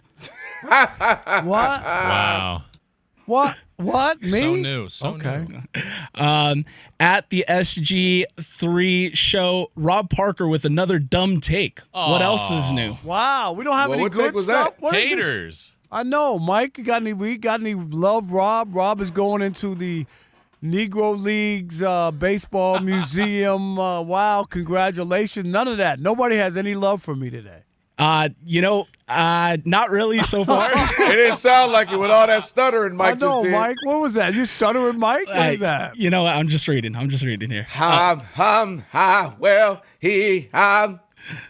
wasn't stuttering. He was getting them coffee orders, Rob. No. You got one more? Yeah. At the Trapier, Gervais 46, the NBA should void his contract so Leonard could sign with the 76ers. Oh, yeah, that would be nice. Yeah, Okay, they got to relax. I thought they were going to say, the Sixers now, the Dodgers? I mean, what are we doing here? He ain't trying to play with LeBron. He had a chance to play with him with the Lakers. You know He that. didn't want to go there. You remember He that. didn't want to. Yeah, he didn't want to go there. Speaking of going there, let's go back to what you were saying moments ago about the Negro League Museum. Yes. We had Bob Kendrick on earlier, who runs it, and was really kind, really, really good guest. Good to chop it up with him, and he was congratulating you. I thought it was some Kawhi Leonard stuff going on. How you got this nod, this wonderful honor. Tell us a little bit more about it again. Yeah, it's coming up on September 26th, and I got the Innovator Award, which is basically for people who have done something created something, done something different. And this is special to me because all the work I put in. I know you guys are with MLB Bro, and we always joke about it, but there's been a lot of work. Oh, yeah. We started 6 years ago, and we started with 14 people. And, Kelvin, we now have 70 people all over the country. We have a nameplate in the press box at Yankee Stadium. And you know this, Alex, from the very beginning when it was just an idea and a thought, of trying to put this thing together. That's how they all start, though, right? Oh, yeah. Steve Jobs and Bill Gates was just sitting in the garage. In their garage. That's crazy. And that's what I tell people all the time. Like, don't be afraid to step out there. I could be very comfortable and just do my gigs that I had, right, and not try to change the world, quote unquote, or try to add something different to the mix. But there's nothing wrong with trying to, dream and put things together and make opportunities for me, in my case, for other people. Because it ain't just about me. I have my baseball writing career. It's about all the other people that's involved. So for them to recognize MLB Bro, it warms my heart. It also gives more spotlight on the site. So people, if you really haven't checked it out, it's a beautiful site. I think we do a really good job at covering black and brown baseball players and telling their stories. We don't cover games or anything. It's more features and who they are and trends and stuff. MLB.com do the game coverage. We don't need to do that. So that's not what we do. And I'm really proud of the staff. And a lot of it, Kelvin, is the staff and the people, other people, not me. I'm the front man, I'm the front man. Listen, man, to build anything, you got to have great, competent people. It takes an idea, it takes some passion behind that. So absolutely congrats to you, man. And you just talked about something. One thing I saw a great orator, he's no longer with us, a minister, Miles Monroe. He said something great. He said, God will give you can see the dream, right? You can see this is what I want to be. I want to be a sports reporter. I want to be a doctor. I want to be a business and entrepreneur. You can have the thing. You'll see the vision. You'll see the end. But you don't get to see the process. The reason is because if you saw the ups, the downs, the failures, the bankruptcy, the people that will leave you, you'd be like, heck no, forget all that. I ain't going through that. It ain't worth it. Being a sports writer, being a broadcaster, being an anchor and having a national sports show, being a fill-in play, even being a father, whatever it is, the vision. God will show you, hey, this is what I want to do. This is what I believe. This is the dream for me, the purpose. But boy, you ain't gonna see the process because you would not want to go through the pain, the agony of starting a business. You know this. My wife and I had a bit. We have store in the Glendale Galleria out here. We have a brand literally behind me right now, a fashion brand. Since 2013, we're on our year 13 now. But point is, boy, the journey, Rob, you know it. If you knew the process of getting something started, you wouldn't do it. So that's why we got to go through it and push through and keep striving and keep putting that one foot after another. Keep going, man, and keep having the faith because nothing worth having is easy. No doubt. And here we are, year 6, and a brand. We actually, you know what I mean, branded something that the players have been great when we deal with them and they recognize us. I told you about Yankee Stadium and the nameplate. That's significant. We were at the All-Star game. We had 5 reporters covering at the All-Star game. I'm just the work that's done. And then you get the opportunity, Rob, to treat them, Mentee night and okay. Magic. All right, here we go. I'm glad you didn't bring that up with Bob. He might have pulled it back. He might have. Wait a minute. Or just a few weeks ago, or he might have given me 2 awards. One or the other. You might have said, "Hey, save a seat for your boy, and we can get you in there again next year." Rob, there is nothing wrong with you trying to get the mentees' legs up on competition. Boy. Exactly. There you go. What? He's right, Alex. I'm just saying, Kelvin. Why are you hating?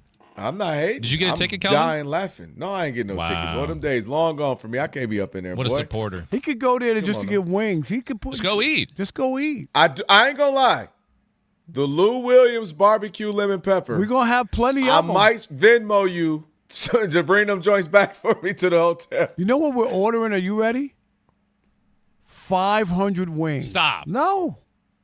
We're ordering 500 wings on Wednesday night at Magic City. That's insane. Is that crazy? I was thinking about the other day, like, yes, our order's 500 wings. Well, they're gonna run through those. Yeah, they're gonna run through those. Run through a lot.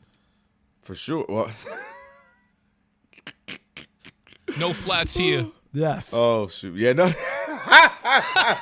Alex, that was your best one of August so far. Thank you. All right, on the way we have John Cirillo, author and PR legend. We'll talk some new book with him. Talk about the Knicks. He used to be the summer PR of guy the with Knicks. the Knicks. Yep. Absolutely, we'll do that right now. Steve Sager, he's getting you updated. Hey, Steve. Hey there, Boston has won 8 in a row, and the Red Sox are leading 13-1 at home against the A's tonight in the top of the 8th inning. Starting pitcher for the Red Sox, Peyton Tolley, with 14 strikeouts and no walks in his 6 innings of work. This would be, for the A's, a 9th straight loss. The Athletics and general manager David Forst parted ways today. The Red Sox record, assuming a win tonight, since late June will be 32-5. The Mets are leading 6-1 at the Pirates now, bottom of the 7th inning. Bases loaded, no outs for Pittsburgh. After a rain delay at the start, they're only in the bottom of the 3rd at Philadelphia. Blue Jays ahead of the Phillies and Zach Wheeler 2-1. In D.C., rain delay at the start, bottom of the 6th now. Nationals up on the Reds 5-3. Reds pitcher Hunter Green will have another elbow surgery next week. Rain delay at the start at Yankee Stadium, just bottom of the 2nd inning right now. Yanks and Braves scoreless. Atlanta has won 8 in a row. The Angels are back in front 4-2 at the Marlins in the top of the 8th. Guardians lead at the White Sox 8-2 in the top of the 7th. In the AL Central, the White Sox are 3 games over Cleveland and Minnesota. Minnesota has the lead at Milwaukee 8-6 in the bottom of the 6th inning. Milwaukee with the best record in the majors right now, 72-43. Cubs lead 4-1 at the Royals, bottom of the 5th inning. Bottom of the 5th, Orioles ahead 1-0 at Texas. And top of the 5th inning in St. Louis, Cardinals leading the Rockies 3-2. Yeah. The Chiefs say that quarterback Patrick Mahomes will likely be missing their preseason opener next week, coming off knee surgery last year. The Titans gave guard Peter Skoronsky a 4-year extension. The Bills gave guard Osiris Torrance a 4-year extension. The Saints signed backup linebacker Deion Jones. Coco Gauff won her 3rd-round match in Toronto. Jordan Spieth barely made the cut in Greensboro at 3 under par. Bo Hostler leads by 1 stroke. The PGA's playoffs start next week.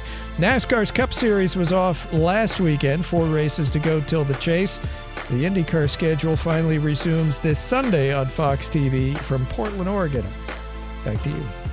Steve, thank you, man. Have a wonderful weekend. It is the Odd Couple, Rob Parker, Kelvin Washington, on Flashback Friday. We are efforting to get John Cirillo, hopefully get him up here in just a little bit. We still got Last Call coming up as well, so looking forward to that. So a whole lot to get to coming up here in a bit. You were talking about while we're waiting on John, you are all set for Atlanta. Yes, with my 3 bags that I've never checked. I'm checking 2 and carrying 1 on the plane. Okay. And it's just, it's I don't know. And a lot of the clothes I'm leaving in Atlanta. I'm not going to bring. I'm not bringing them all back. Wait, now when you say 3 bags, are you saying also does that include a backpack as well? No, that would be 3.5. The backpack being a half. So I got like a suit bag that I'm carrying, a couple of suits on the plane. I'll have that too. Then I have another garment bag with clothes, pants, and shirts. Okay, that'll be all in the suitcase for me. But I have another suitcase that's filled. And remember, I got and I should have said this. I got the T-shirts for the event Wednesday night. Okay, so that was the other. That's what added. You know what I mean? That's 50 T-shirts in that. That takes up a lot of space. That's why I can't put all my clothes in. And that I got you on that. That makes sense. Yeah, I got to finish up today. As soon as we get off the air, I got to go get this new suit I got from I got this designer that I found. I love. I've got a few from him, so I got to go get that tightened up and tailored. Looking forward to that, and it's gonna be fun though, man. So you'll be off next week. I'll be back on Monday next week. Then I'll be gone, but we'll have you all covered with that here in just a little bit. Seeing if we can get John Cirillo. But with that being said, when we talk about with him, he's got the book Elvis, Aretha, and the Babe. And it's interesting to me, Kelvin, you mentioned it. They didn't die in the same year and date. August 16th is the day. They all died on August 16th. Those are 3 pretty big icons to die on the same day. Yep. That's actually kind of crazy too. That's kind of. Do you have anything like relate? Like for me birthday is August 23rd. The late great Kobe Bryant. He and I share a birthday. He's a few years older than me, but I always say greatness was born on August 23rd. Kobe, your boy. You know what I mean? Oh, you got Kobe. I understand, but I'm just saying. No, Alex. No, that's scary. Like to be on the same day. To be on the those three same legends? day. Those are three legendary people. It's kind of weird, isn't it? Yeah. It's not like you can't say coincidences because I don't believe in that. No coinky dink. Yeah, there's like something connected there where it makes you wonder, like, was this like a passing of the guard in a certain way where you have these three iconic legends all passing in a certain time, different eras they've led, legacies they've left for others. And the craziest thing, too, is like you mentioned, what does it really mean, right? Yeah. To be missed at such an extent. Do you think like this will have trickling effects on future generations when it has like the passing of these type of eras? Because if you think about it, I had this conversation with Kelvin, Rob. I know you weren't in here, but I asked Kelvin, why aren't you the guy that does like on social media skits? And he had a perfect example of it because he's like, well, our generation we grew up from, Rob, like for example, too, these legendary artists. Like I'm talking about musicians back to back to back, iconic. You could go to any station, whether it's jazz, rap, classical rock, anything. You had iconic legends, and everything's kind of become mundane and almost pluribus-like. Everybody's imitating each other, and even Kelvin said, like, skits now, it's just living. It's normal life. Dude, I was telling him, Rob, I was just going to say, I was telling him a lot of times, you know me, Rob, off the air, we hanging out, having fun, I'm crazy and silly, and like a lot of times, dude, if you do that online, I'm like, that's just normal. That wasn't like talent in our era. You know what I mean? Like, so I've always weirded out with like what is deemed talent now. Aretha was talent. Bro. Babe Ruth was talent. Elvis was talent. And so it's just what we've. And I hate to like raid on the parade, but it is changed now. What we do, who we make famous. It's true. No, I'll give you the perfect example. Okay, like the content creators. Yes. And I'm not here to rip on people, but let's be honest. Everybody's doing my day. I got up from bed. I made my bed. I ate breakfast. Day in my life. Get ready with me. Yo, that's crazy. That's content. Like, seriously. Even now, Rob, like you're saying mukbang, people will literally eat food. Am and I you're right? watching them eat food. Yes, like bro. Kids, that's Ryan, not content to me. I don't need to watch you get up. I brush my teeth. I use mouthwash. I use this coconut oil on my face. Like, okay, Dude. got it. They have nothing. But Rob, there's nothing. You're right though, because think about it. When you talked about starting MLB Bro, which ties all this in like a bow, right? Right. Most people don't even think about starting websites now because the younger generation thinks it's already been done. I'm seeing everybody do it. So what can I do to make a difference in the world when you came trekking in an industry where you're the first one at your whole newspaper, the first person to get hired there as a Black American, and you set the tone. And so for you, you're like, let me leave the track for others. When you think about Elvis, Aretha, and Babe, I wish we got John on, but you think about now modern day fame, most of these people becoming actors have a following. Most people who get now these musical deals, whether it's with Sony or any of these big companies, Warner Brothers, Rob, they just have a following. They're not even talented anymore. Right. No, I would add, Alex, that some of that following is purchased. Yep. Yes. And that's the other thing, too. People are falling for that. Oh, they got 3 million followers. You don't even know how many of those people are real. For you know, like there's a ton of people. Oh, man, that's huge. It's called farming, Rob. Yes, There's yes. people who will pay. So let's say you pay me. Let's say me and you start a record label and we want to sign Alex. We want to make Alex hot. So we pay a farmer and we'll pay them $10,000 to get 1 million likes on something, Yeah. 1 million followers. Right. And what they do is 1 million, better yet, 1 million views on his video on YouTube. So we can go to these labels, bigger labels, and say, Yep. hey, we got Look this at that. hot We're going to artist. follow him. We It's got right. true. And what they do, Vice went to this kid. He had a mask on. He showed him. He has an apartment with literally like 100 phones. Yes. And they're just streaming. So each one might get up to 10,000 streams. This was over a month. You know what I mean? And so And now think we get about up to 1 million views, and you pay me 10,000, you get 1 million views. Me and you can now walk into a label. Yo, we got this hot kid, Alex. He's blowing up in the streets. He got 1 million views on YouTube. Y'all better sign us. And they're like, oh, that's- snap. right. We got to sign him. That's And Rob- but that's crazy. Think about this. That's a guy in his house. Right. Imagine having Warner Brothers or Sony's backing, and you have millions of phones to do it. Tekashi 6ix9ine, before his whole fallout and everything, when he signed with 50 Cent, he literally on game on an interview said, listen, you see these 5 credit cards? This bought me my first platinum label. I bought my plays. You Oh, he can did. buy hits. And people It's don't actually know that. a good documentary. His Crazy. documentary was good as far as understanding all this, but that's some talented people, man. And so I just, it's interesting just where we are now with like and the three people we just mentioned, originals. You know what I mean? Like. Yeah. And like, Rob, remember we had the conversation earlier this week with Rob G? Some people think Babe Ruth's fake. Like, Right. the whole world is shifting so fast. It's so crazy. It's as he said, 3 bell tolls, Rob. It might be more with how much is lost. It's amazing. And check out his book, John Cirillo. It's Elvis, Aretha, and the Babe. And it's I know you could get it everywhere, Amazon, but it's very, very, very interesting. And we're kind of unfortunate that we weren't able to get John tonight. Maybe another time. Yeah, we'll try. The book, I mean, obviously the irony is, we got August 16th coming up. And that's the book, Elvis, Aretha, and the Babe, 8/16, 3 times the bell will toll. So, we'll try to get him on maybe before the book, before 8/16. We don't want nothing bad, and nothing else bad. No. None else bad happened on that day. All right. Last call, 877-99 on Fox. Rob, last call time. This is really last call because vacation's coming. Yeah, you ain't lying.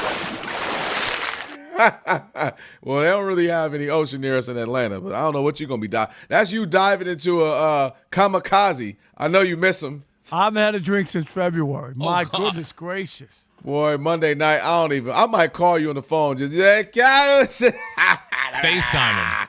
Yes. Just FaceTime him. Yeah. Do the laugh, Alex. Let me hear the Rob laugh. And you got to remember, I'm going to be celebrating the Negro League Baseball Museum Award. So you in the right city. People, yeah, that'll be it. We'll celebrate on Monday, not till then. Yeah. All right, last call, 877-99 on Fox. Hit your boys up. It's Fox Sports Radio. It's last call time on The Odd Couple. If you had a take and couldn't get in all show, here's your chance. Your call's important to us. Call us at 877-99 on Fox. Hurry up. Rob and Kelvin got to get out of here.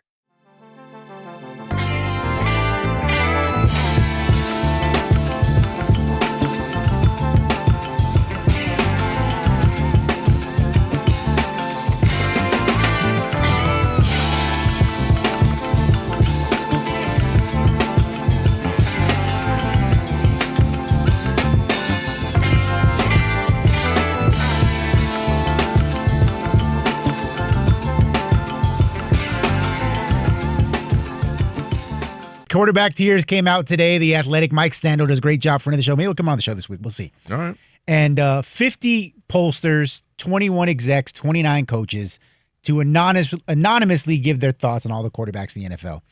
Now, they're ranked 1 through 35. So it's every starter and every quarterback who's considered to be in a QB battle. So like Atlanta has Penix and Tua included, right? Cleveland, of course, has Deshaun and Shador included. And bringing up the rear at number 35 overall, none other than Shador Sanders. All right, one of the comments, I'm going to read just 2 of them here. Anonymous executive said, quote, "He's inaccurate at all 3 levels. I can't tell if he's going to be better, but there's a huge gap between him and competent quarterback play." Anonymous defensive coordinator said, "I'd sleep like a baby if I got to play him every week. He's not an on-time player, can't really read through coverages, is a little bit heavy-footed." Your thoughts? I just think they're putting extra sauce. I really do, Rob. It was bad. He would tell you he was bad. I ain't gonna sugarcoat it. I don't know if he would tell you. When did he ever say he was bad last year? I think he's wise enough to know that he said it multiple times. Remember he said I sucked. Then remember he was like I sucked. Something like that. He was like, man, I was trash. He knows it. And my only thing is, Rob, I'm not gonna sit up here and defend as if he had some amazing rookie campaign. The only thing I'm saying is the way when you read these anonymous quotes and all that, they're acting like he's had 3 or 4 seasons of this, like even 2 seasons of it.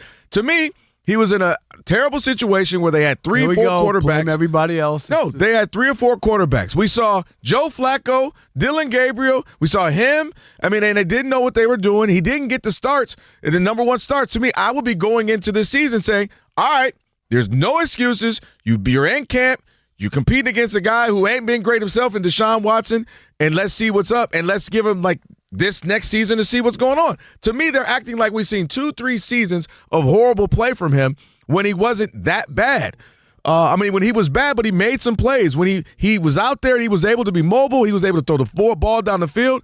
So I'm not acting as if he's some top 10, top 20 quarterback. My only thing, Rob, is I feel like they're putting so much on him when you look at the Cleveland Browns, except for Baker Mayfield for a season or two, they haven't been, no one's really been able to produce. You bring in Deshaun Watson, who was an MVP candidate in Houston, he ain't been the same since. Yeah, but he got other issues going on. But he's played a lot, too. He played more than you think. We all think it was like 3 games, and we seen Deshaun Watson was terrible. All I'm saying is, why, when other people have been bad historically, they kind of go, all right, look, especially in those situations. Didn't get the start, multiple quarterbacks. He's in Cleveland. He's got a new coach now, new system. He's locked in. Let's see what it is.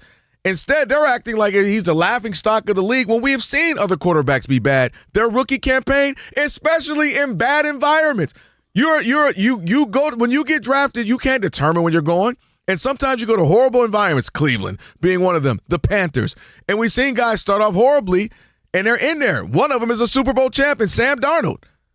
Sam Darnold, we would have never thought he'd have 2 back-to-back seasons, 14 wins, 4,000 yards, and now Super Bowl led the league in interceptions last year, right? Yeah, and he's a Super Bowl champion. He's got a ring on. Thank God for that defense. So my whole point is, and I'm sure Shedeur would love to have that kind of defense as well. My whole point is they're putting too much on a guy when we didn't get to see the full opportunity in him. That's all I'm saying. But we've seen this before. Josh Rosen had 1 year in Arizona, and they ran him out of there, and they drafted another quarterback in the first round, right? Mm-hmm. Kyler Murray went first overall.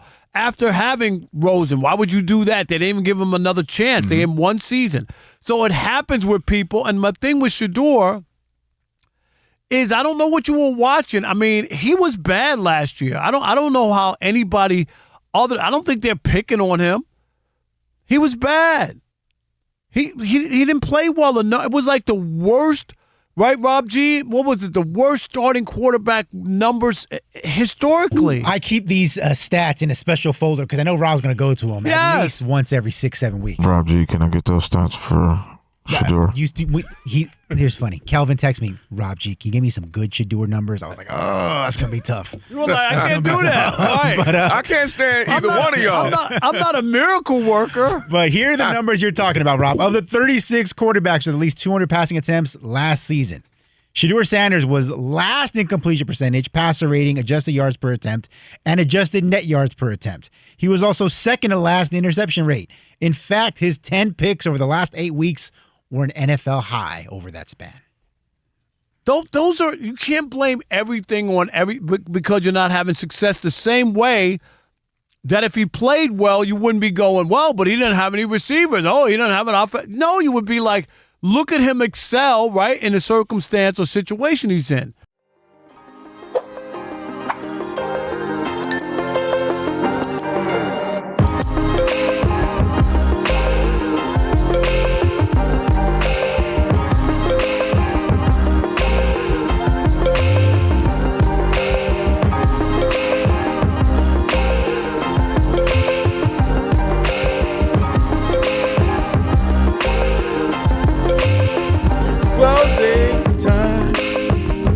Closing time. His last call is Rob getting the heck out of here, leaving me. I'll catch up with him midweek next week.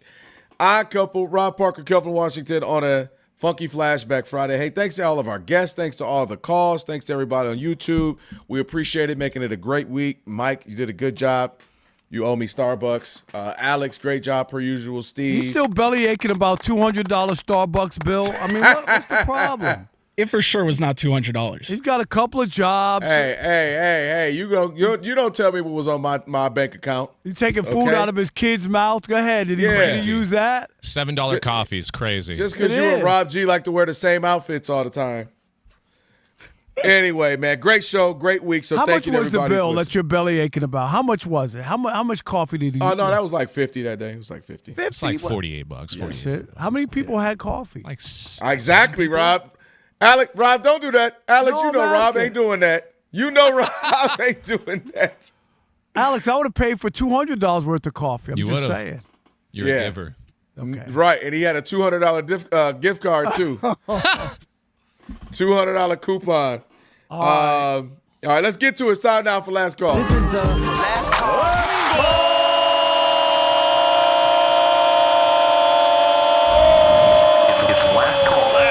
Time on the Odd Couple. Rob, you got to keep going because this is your last one for a long time. right. You need your oxygen. You're going to pass out. Ow. So ridiculous. I hit my head on the table. No, you got to relax because you got to make it to LA. You got 50 people waiting on you. They need you. Oh, yeah, that's definitely. All right, Don in the UP.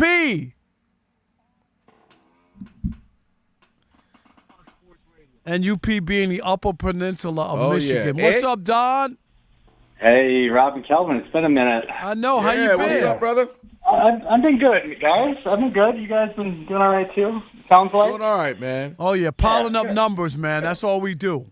As you should be. So first, wanted to say, I don't say it enough. I appreciate the hell out of you guys, man. Like, I honestly, don't look forward to the weekends because your show is so good during the week. Oh, man. Hey, y'all been buttering up. What's going on, Rob? Why they been buttering us up today? That's so nice, Don. There's always a part two, right? But I mean that. So Rob, I was happy to hear that your wardrobe has changed from just the sweatpants yesterday because, like you at bat with those, there's nowhere to tuck it. You know what I mean? That's like, true. Very nice. Look at that. Don got material. Oh, shoot. That's what he's taking his time off. I gotta say is listen, you guys, I'm a computer scientist. I can help you with this.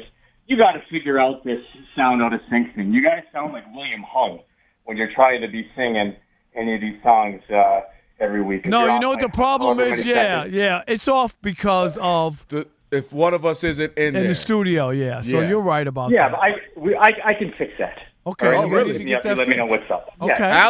Alex, we need you to hold. Take Don's number. Take Don's number. All right, Don, hold on. I have Rob isolated. Let me know what you think of this. Talk to me, tell me your name. You blow me off like it's all the same. You lit it fierce and I'm taking away like a bomb. That's me. Yeah, baby. How's he sound? Oh my, that is awful, Alex. I love it. And seriously, you guys, Rob, you guys got to make an album of all your hits. Come on. Well, we did. Merch that we can buy too. Alex, we got. Hold on, Don. Real quick, we need to get Your Burger is King. Is that the one we want to play tonight? Can we do that? No, I love Everybody Loves It's Wemby. My 3-year-old knows who the Association is because of that song. Because of that song? All right, here we go. We banned that one. Oh, what's this? Which one was this? We got the Wemby song going. Oh, the Wemby. Oh, yeah, the new Wemby joint.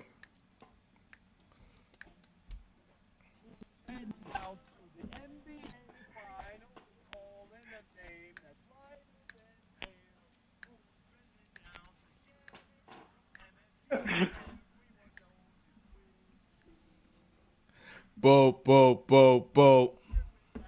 Streets of the city, filing that everybody sees.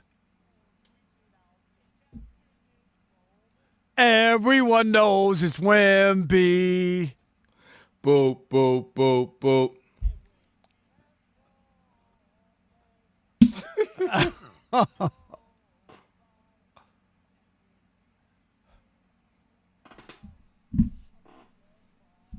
Above the crowd.